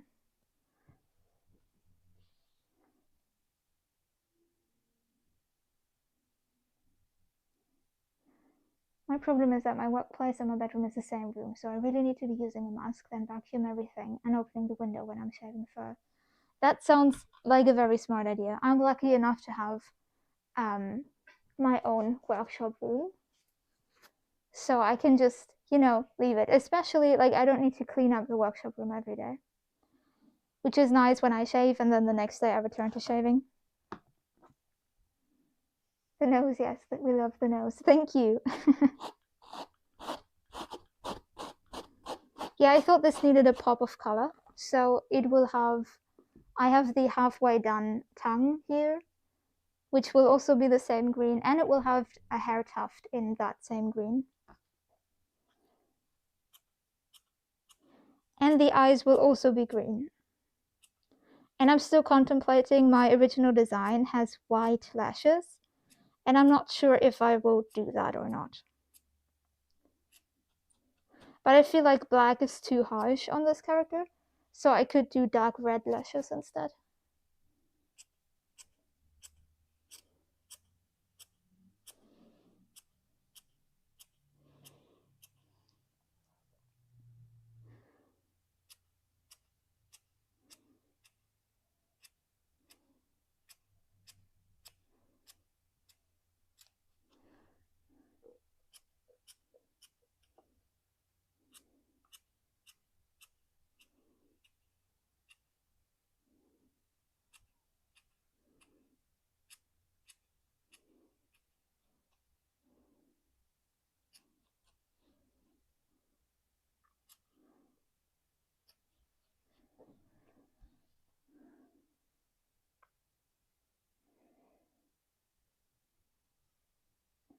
I'm thinking I might make a similar suit but with cyan, darker cyan, and orange yellow. Would you mind if I took inspo of the stripe placement? I really like it. Yeah, you can totally take inspo. Like, this is just the tiger. So this is heavily inspired by actual tigers. This specifically is a stripe that you often see in tigers. This is just the Chinese character. Take it if you want it. And these ones aren't very unique either. So yeah, if you want to take that, you can totally do that. Why did you say dark red lashes? That would look so cool. Yeah, I was thinking dark red. So the inside of the mouth is this really nice dark red. And I was thinking maybe repeat that color on the lashes. But only the upper lashes. The lower ones will be black, probably. Maybe. We'll see. But I can show you my design.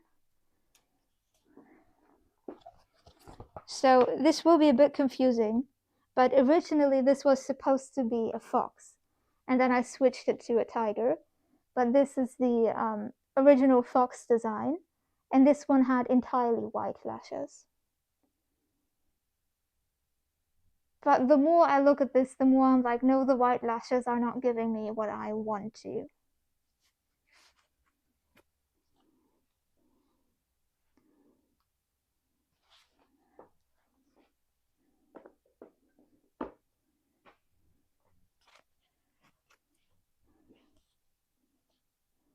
I might put on like a dark lash and a bright lash, and then post a poll on Instagram. Then you all could vote if you want me to do dark or bright lashes.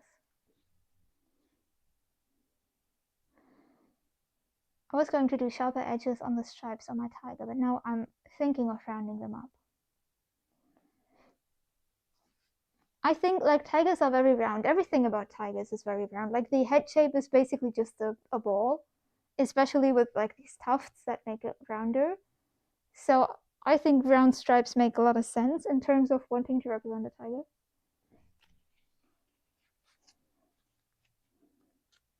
I think changing it to a tiger was a great idea. Thank you. I mostly did that because I made a fox directly before this. I have the fox in the other room.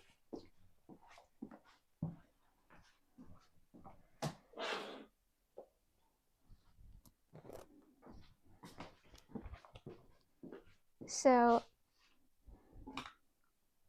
this is my fox.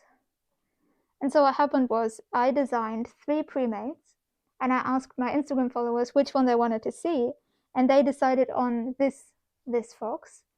But I really wanted to make the pink fox design as well, so I switched it to a tiger so I wouldn't have 2 foxes. I like the dark red or black. I feel like darker lashes would be better on that suit. Yeah, for contrast, right? Because we need contrast.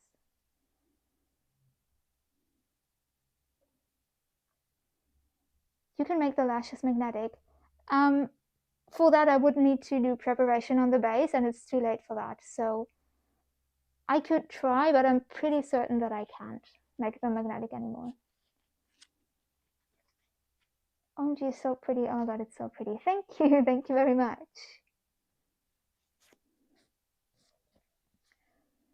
Do you sell fursuits? Yes, it's my job to sell. Or fursuit heads. I sell all types of fursuit parts. The entire thing, just the heads, everything.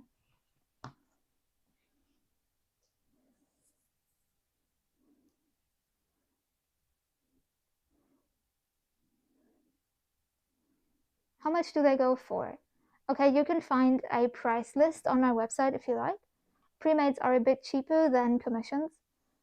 Pre-made heads start at, commissions start at 1,400 for a head and go up to 3,000 for a bodysuit.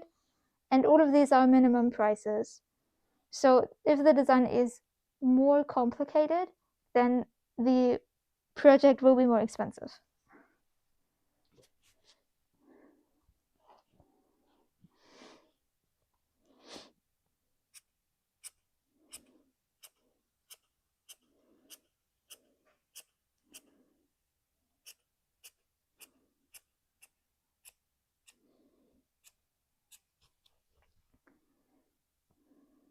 I personally sell all parts except for bodysuits.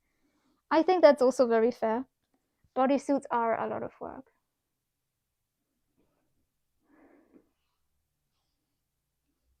I was not prepared for you to pull out that beautiful fox. Thank you.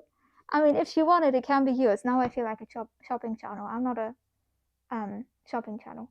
But yeah, that's also one of my pre-mates. And with the fox, I've been tempted to keep him because I think it turned out pretty good. Reasonable prices though. Thank you, I guess. I still see myself as like medium quality. I feel like I'm getting closer to high, but for now I see myself as medium quality. And there's a lot of stuff that I just don't do. Like I see fursuit maker and you open the mouth and you see beautiful gums and upper teeth. I don't do that at all. That all of that would cost extra, which I think also ramps up the price. Hello, Solid Snake. Welcome to the stream. How you doing?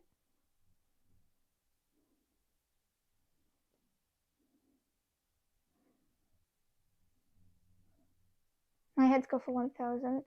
1,000 is the base and for work, but you also pay for fur and parts like tongues and squeakers and lids. Okay, yeah, that's also a system. I always include that already.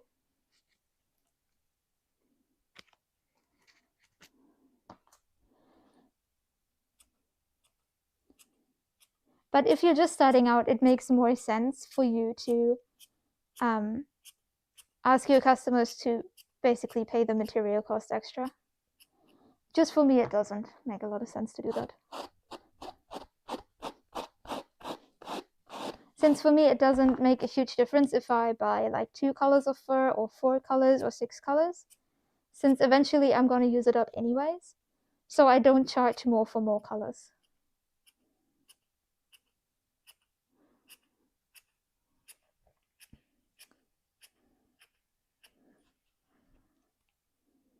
I low-key need to start saving. I mean, saving is always a good idea, whether you do it for a fursuit or something else, you know?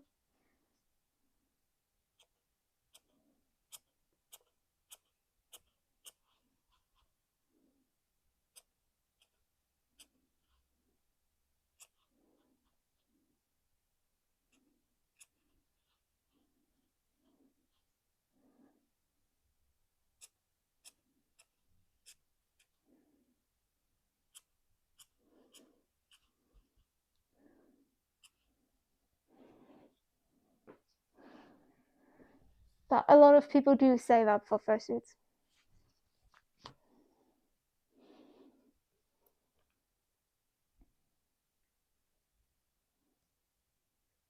Oh yeah, but that's for commissions.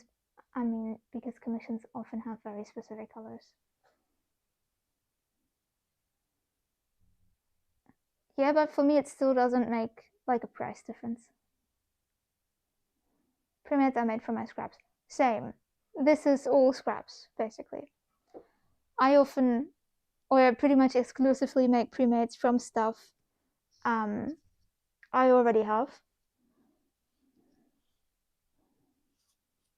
I used to order first for pre-mades, and then I realized that is tremendously stupid.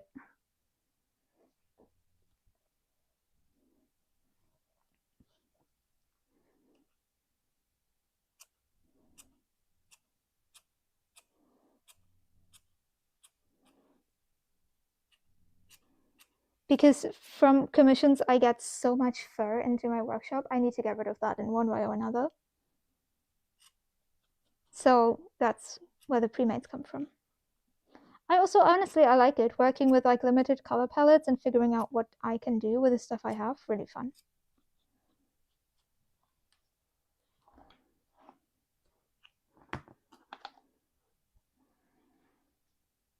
I'm going to work on my sewing skills. That's a good idea.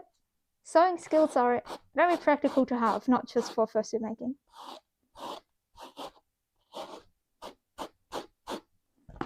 So good luck with that.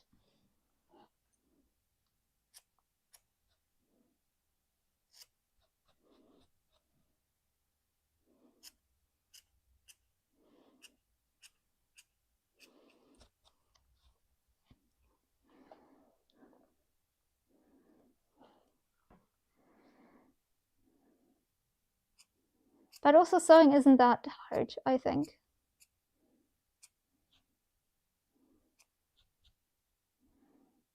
Though I'm biased, I've been sewing for ages, so it looks easy to me because I've been doing it ever since I could, sit in front of the sewing machine.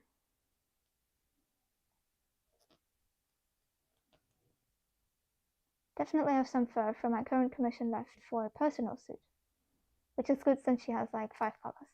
That's also great. I've had that happen to me recently, where I have some fur here that I might be able to use for a personal fursuit, potentially.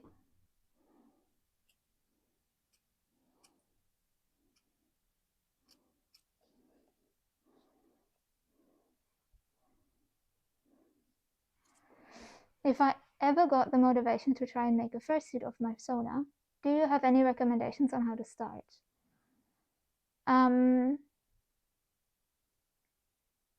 Don't just think about how to start, think about how to keep going. Was that too deep? What's really important is that you don't lose motivation in between, and that you don't lose momentum. No, that you don't become like fearful in between, because that's what happens to a lot of people, where they start out and they're feeling good, and then at some point they realize, oh no, the next step feels really scary, and then they stop. And that's not great. So break the project down in as many small steps as you can, so long until every single step seems doable. And maybe do that before you start. But also, don't stress about it. I would not start with the fursuit of my persona if I were you. Start with a character that is very simple and very easy, and allow yourself to make mistakes. Because your persona means so much to you that you will probably be afraid to make mistakes, and you will, beat yourself up if it doesn't come out quite nice. So start with a simpler character, allow yourself to make mistakes, and then take everything that you've learned and make your second fursuit your persona. Do you sell them Etsy or eBay? I sell my fursuits on my website. It's like I have like a standard, shopping website. You can pay with card, pay with PayPal.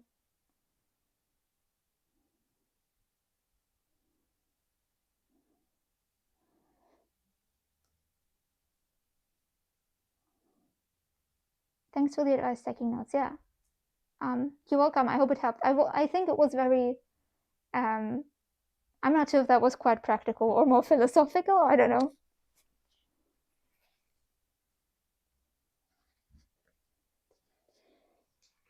I know this is a weird question, but what are you all eating for dinner? For dinner today, I will have Chinese food.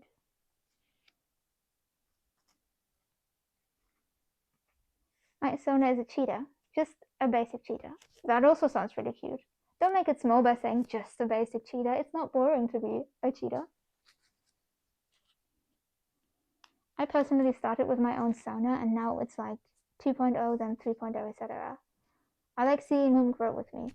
I mean, that works too.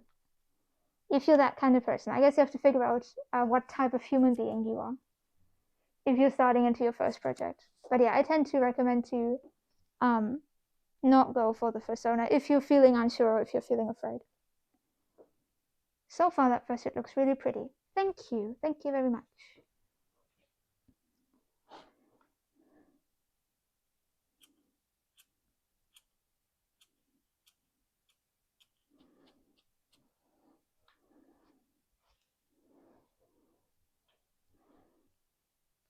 When I'm turning this around like crazy, it means I'm just checking if it's symmetrical or not.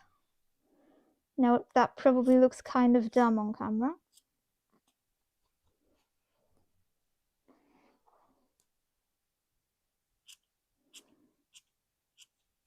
But I feel like it's very very important for the nose to be symmetrical so that it looks pretty.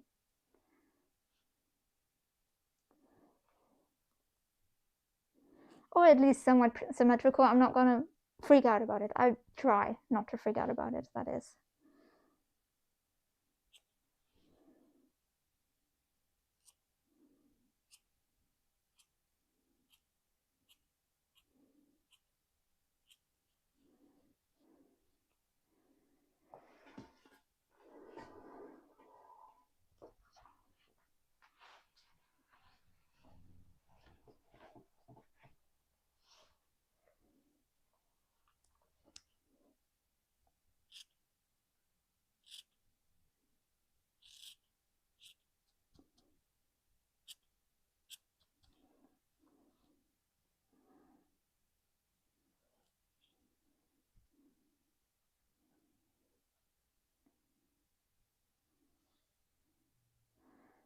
unfortunately, I'm gonna have to leave soon because I'm kind of hungry, and to be honest, want to ask my dad to get me Chinese food too.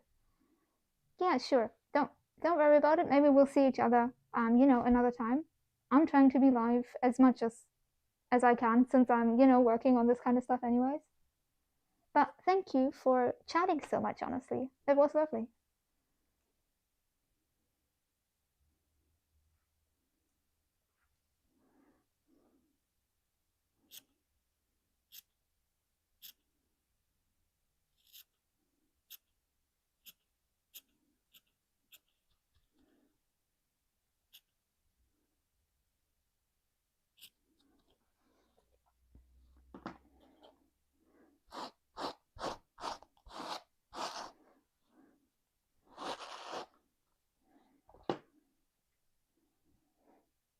Hope to see you again soon. Bye and good luck with the suit. Thank you very much.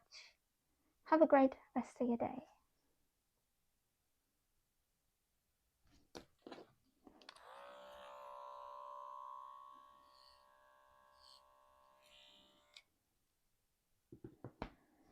Do you have a schedule for lives or is it a whenever type of thing? It's currently a whenever type of thing. I'm trying to find a schedule. I've been live streaming for 2 weeks. I have not really live streamed before, so I've been trying to find my groove. The truth is, I can't do everything on stream, and so while I usually have regulated work times, that doesn't mean I can stream the entire time I'm working. So I tend to, get up in the morning, prepare so that I have something to do on stream, and then turn on the stream whenever it fits.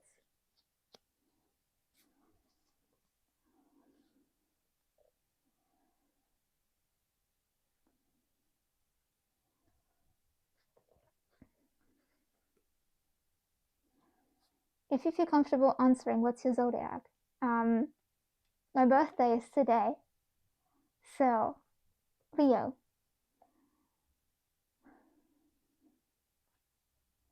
Does that help you with something? Are you into astrology? Can you tell me something about myself based on that information?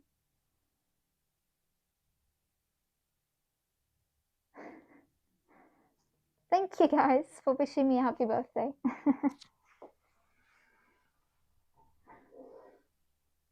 That's very nice of you.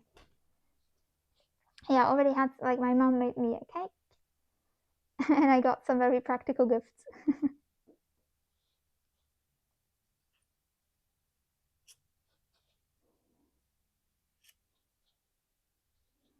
Happy birthday again. Thank you again.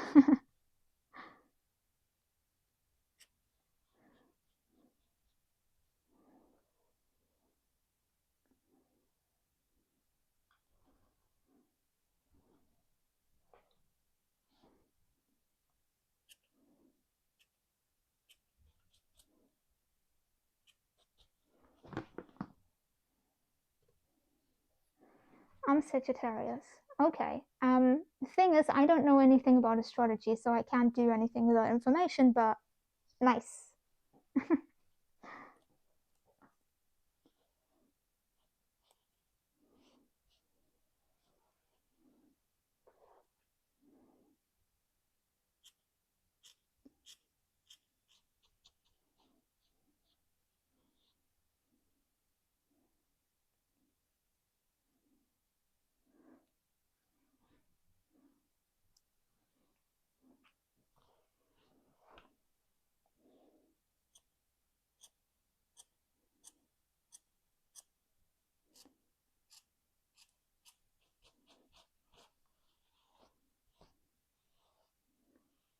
I love the blanket stitch so much. It's a decent stitch. I find it a bit tedious to do, but it does come out really nice. OMG, happy birthday. Thank you. Ibis looks so thick.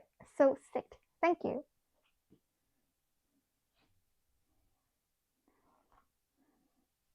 By the way, do you guys belong together or do you have just very similar usernames for no reason? Because Obsidian does art and Void likes art are very similar. You also have similar profile pictures, do you? No, they're just both very dark. Are you friends? This feels like a little puzzle that I have to put together. Little mystery. I don't know them. Okay. Is your username inspired by something specific?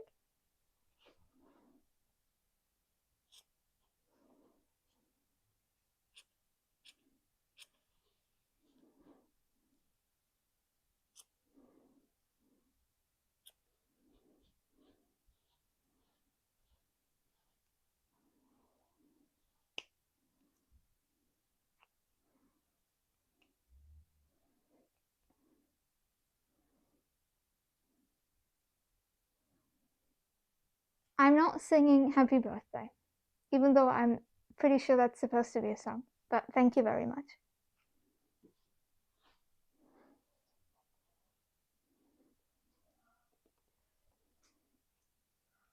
Can I say happy birthday one more time? I mean, I can't keep you from doing so. I mean, I could block you, but I wouldn't. Not for that.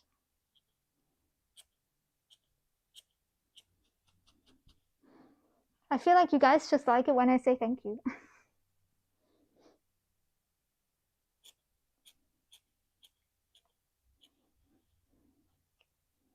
Happy birthday. Thank you.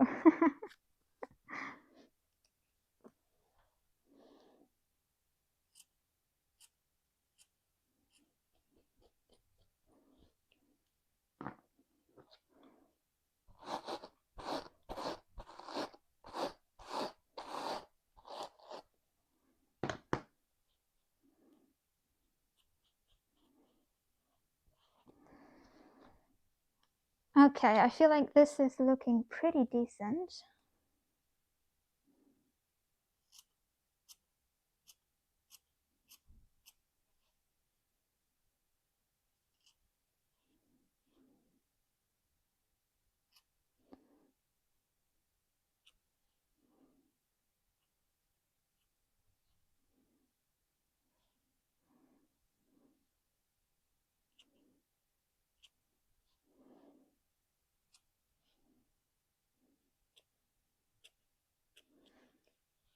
Decent when it looks awesome. No, I mean like we're just looking at the cutting, okay? We're just looking at me cleaning up, you know, the markings. And I think that looks pretty decent considering that I haven't done like these parts yet. But thank you. My sister said happy birthday. And thank you to your sister as well. So the next step on this first head would be to sew on this part down here. But I just don't want to do that. It's not fun. And I don't feel like it. So I think the only option we have here is to work on an entirely different project.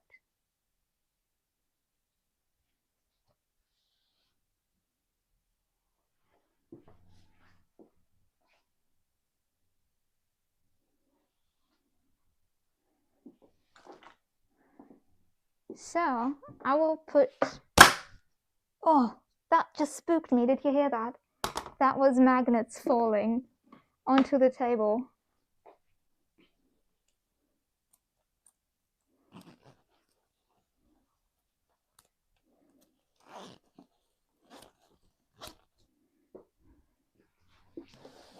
So I'll be pulling, where did the magnets go?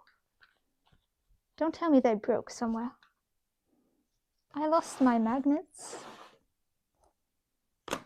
I don't know where they went. I just lost 3 giant magnets.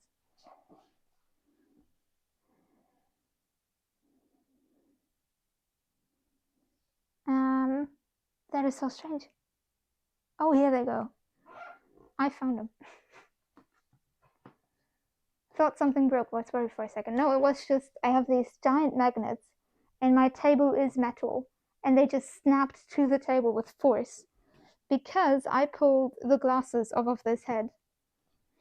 So basically this is Luna and I haven't put in her magnets yet. So whenever I pulled off the glasses, these fall out.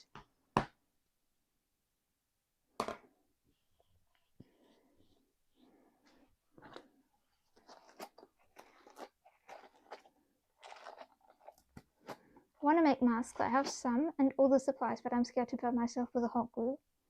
I mean, there's two solutions to that. The first one is, that sounds kind of dumb, but to kind of get over it. Because honestly, hot glue burns are bad for a second, and after that, it's fine. The other option is to go for a different glue.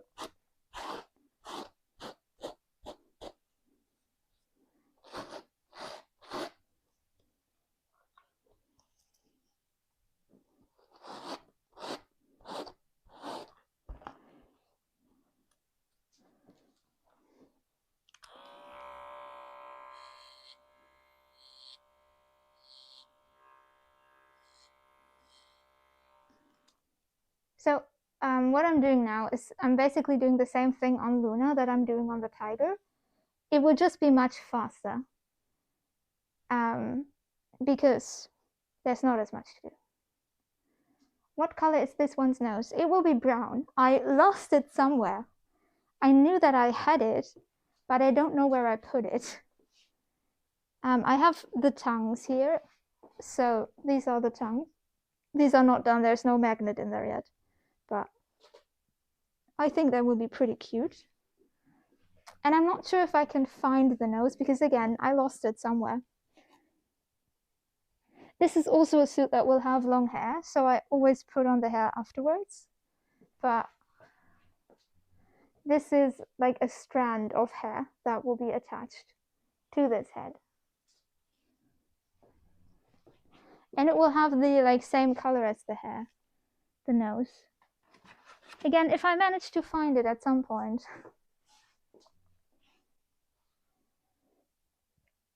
Howdy, energetic deer. How you doing?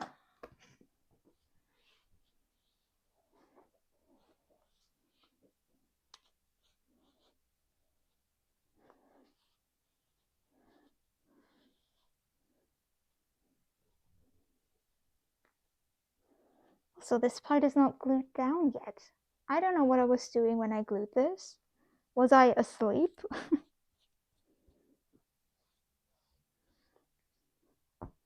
Fox, yes, this is the fennec fox, so the character has giant ears. If I turn her this way, you can see a bit better. Still too big to fit in frame. But I'm really, really happy with her ears. She has a little notch in her ear, so I need to stitch that shut later, not now.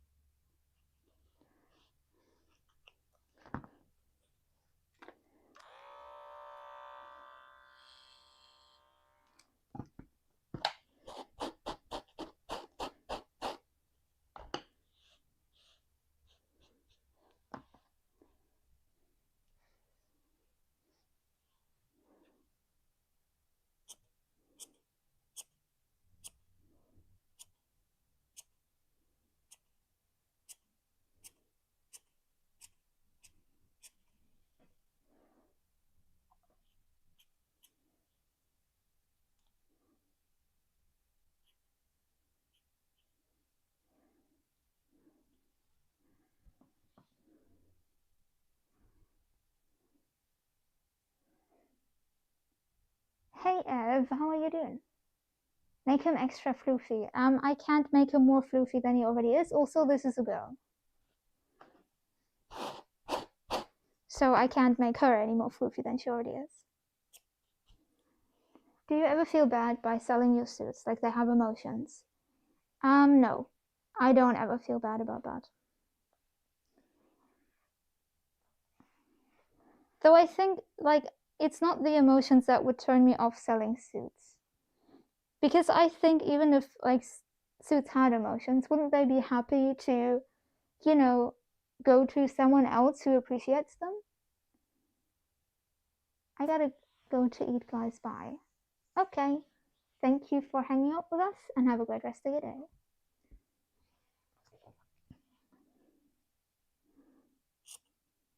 Like, I think if I thought fursuits had emotions, I'd see them more like pets who are adopted out. And then I think they'd be happy if they end up at good homes.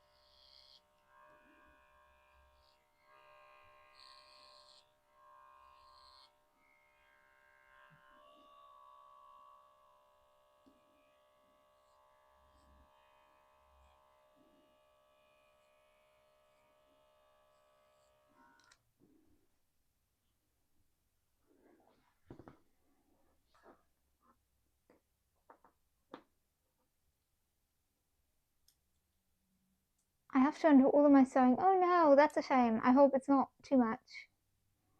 Quick question though, I noticed you have a description, but I was just looking to see how long it was. Your channel has been on YouTube for, because of something I couldn't see. I don't know how long my channel has been on YouTube for. I think I made this channel and this account when I started my business, which was in 2023, but I haven't been all that active. So, not sure where you're trying to get with that information. Like, what does it help you with to know that?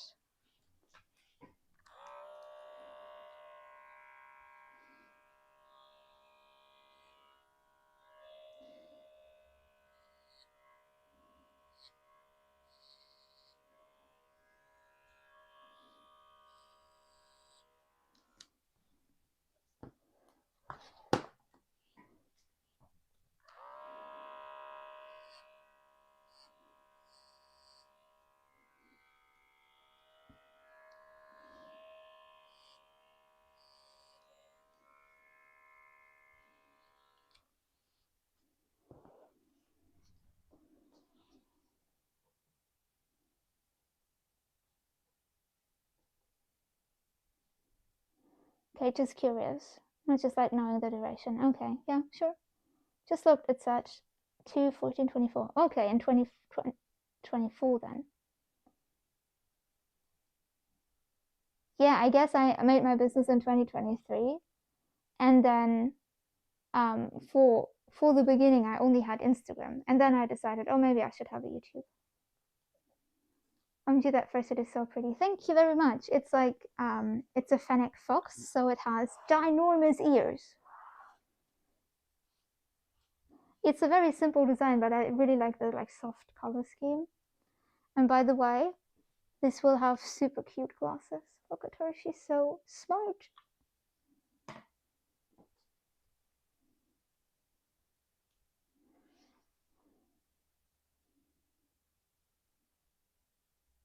Also, YouTube's interface changed slightly. I'm still kind of navigating it. By the way, cute head, it looks like lemongrass. Yeah, a bit, right? The eye shape is a bit lemongrass, but besides that, I don't quite see it, to be honest. I love the ears, it looks adorable. Thank you. Thank you very much.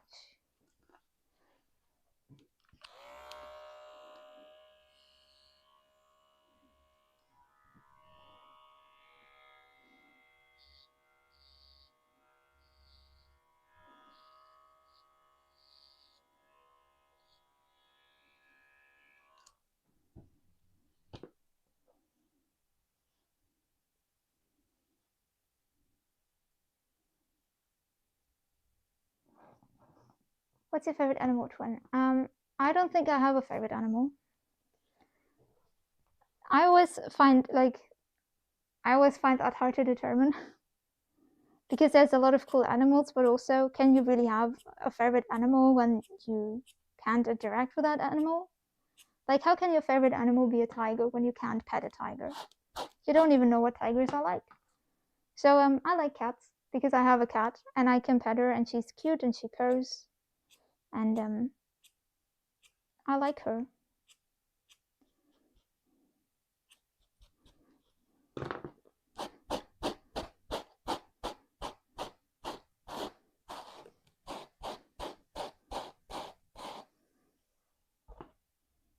Capybaras are mine, but also foxes. I like deer. I wouldn't have guessed, energetic deer, that you like deer.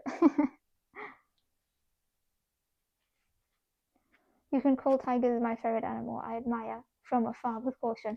I guess, yeah, you could. Just from looks alone and vibes, I like that.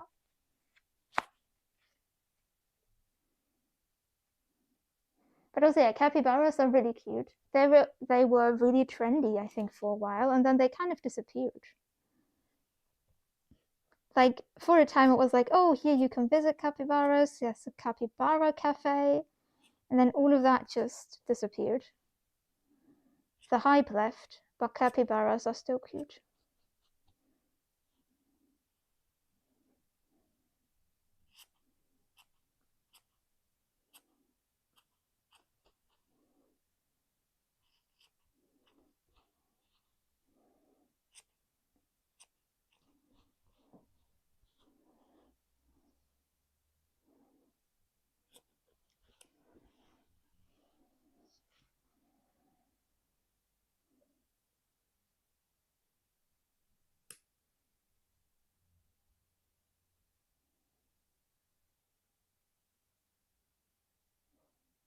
Do you have a favorite dinosaur? No.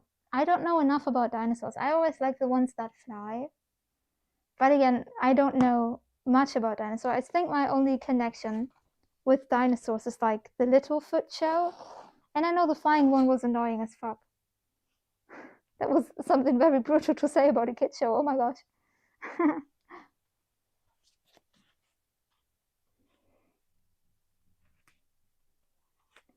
Capybaras are adorable, so are turtles. I saw a video of pufferfish today. People love to mess with the poor things.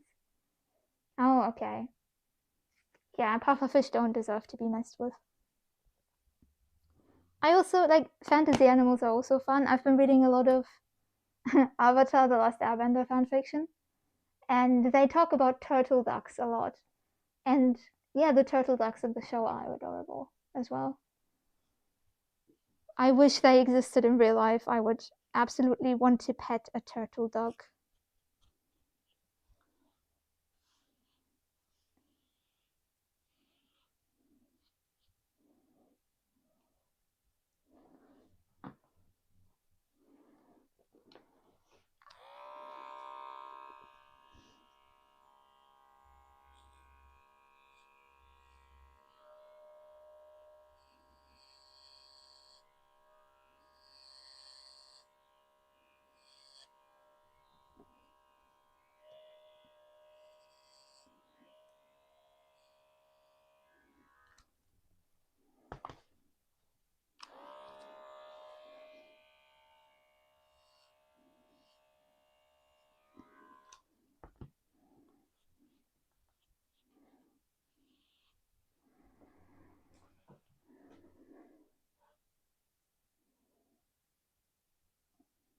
Yeah, it's interesting how Atlot is able to perfectly make fictional hybrids that I feel like honestly people in real life would have never thought of first. Can't remember all of the hybrid animal creatures, but they are neat and cute. They have a lot of really fun ones. So there's ostrich horses, very fun. The Komodo rhinos are very fun. They have a platypus bear. They have a moose goose lion. Remember that one?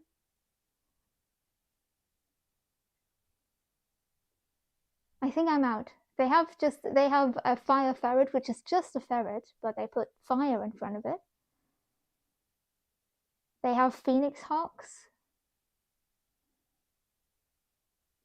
So yeah, I don't think I can come up with more, but I felt like that was a lot. I might be a nerd, who knows?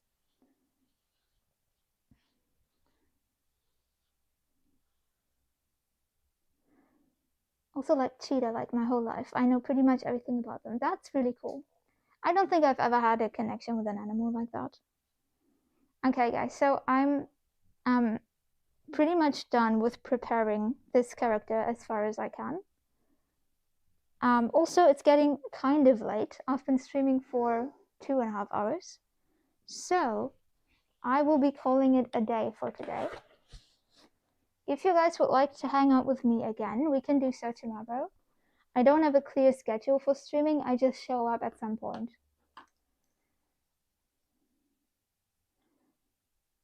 So this is my goodbye. Thank you all for hanging out with me. I had a really fun time. I hope you had a really fun time.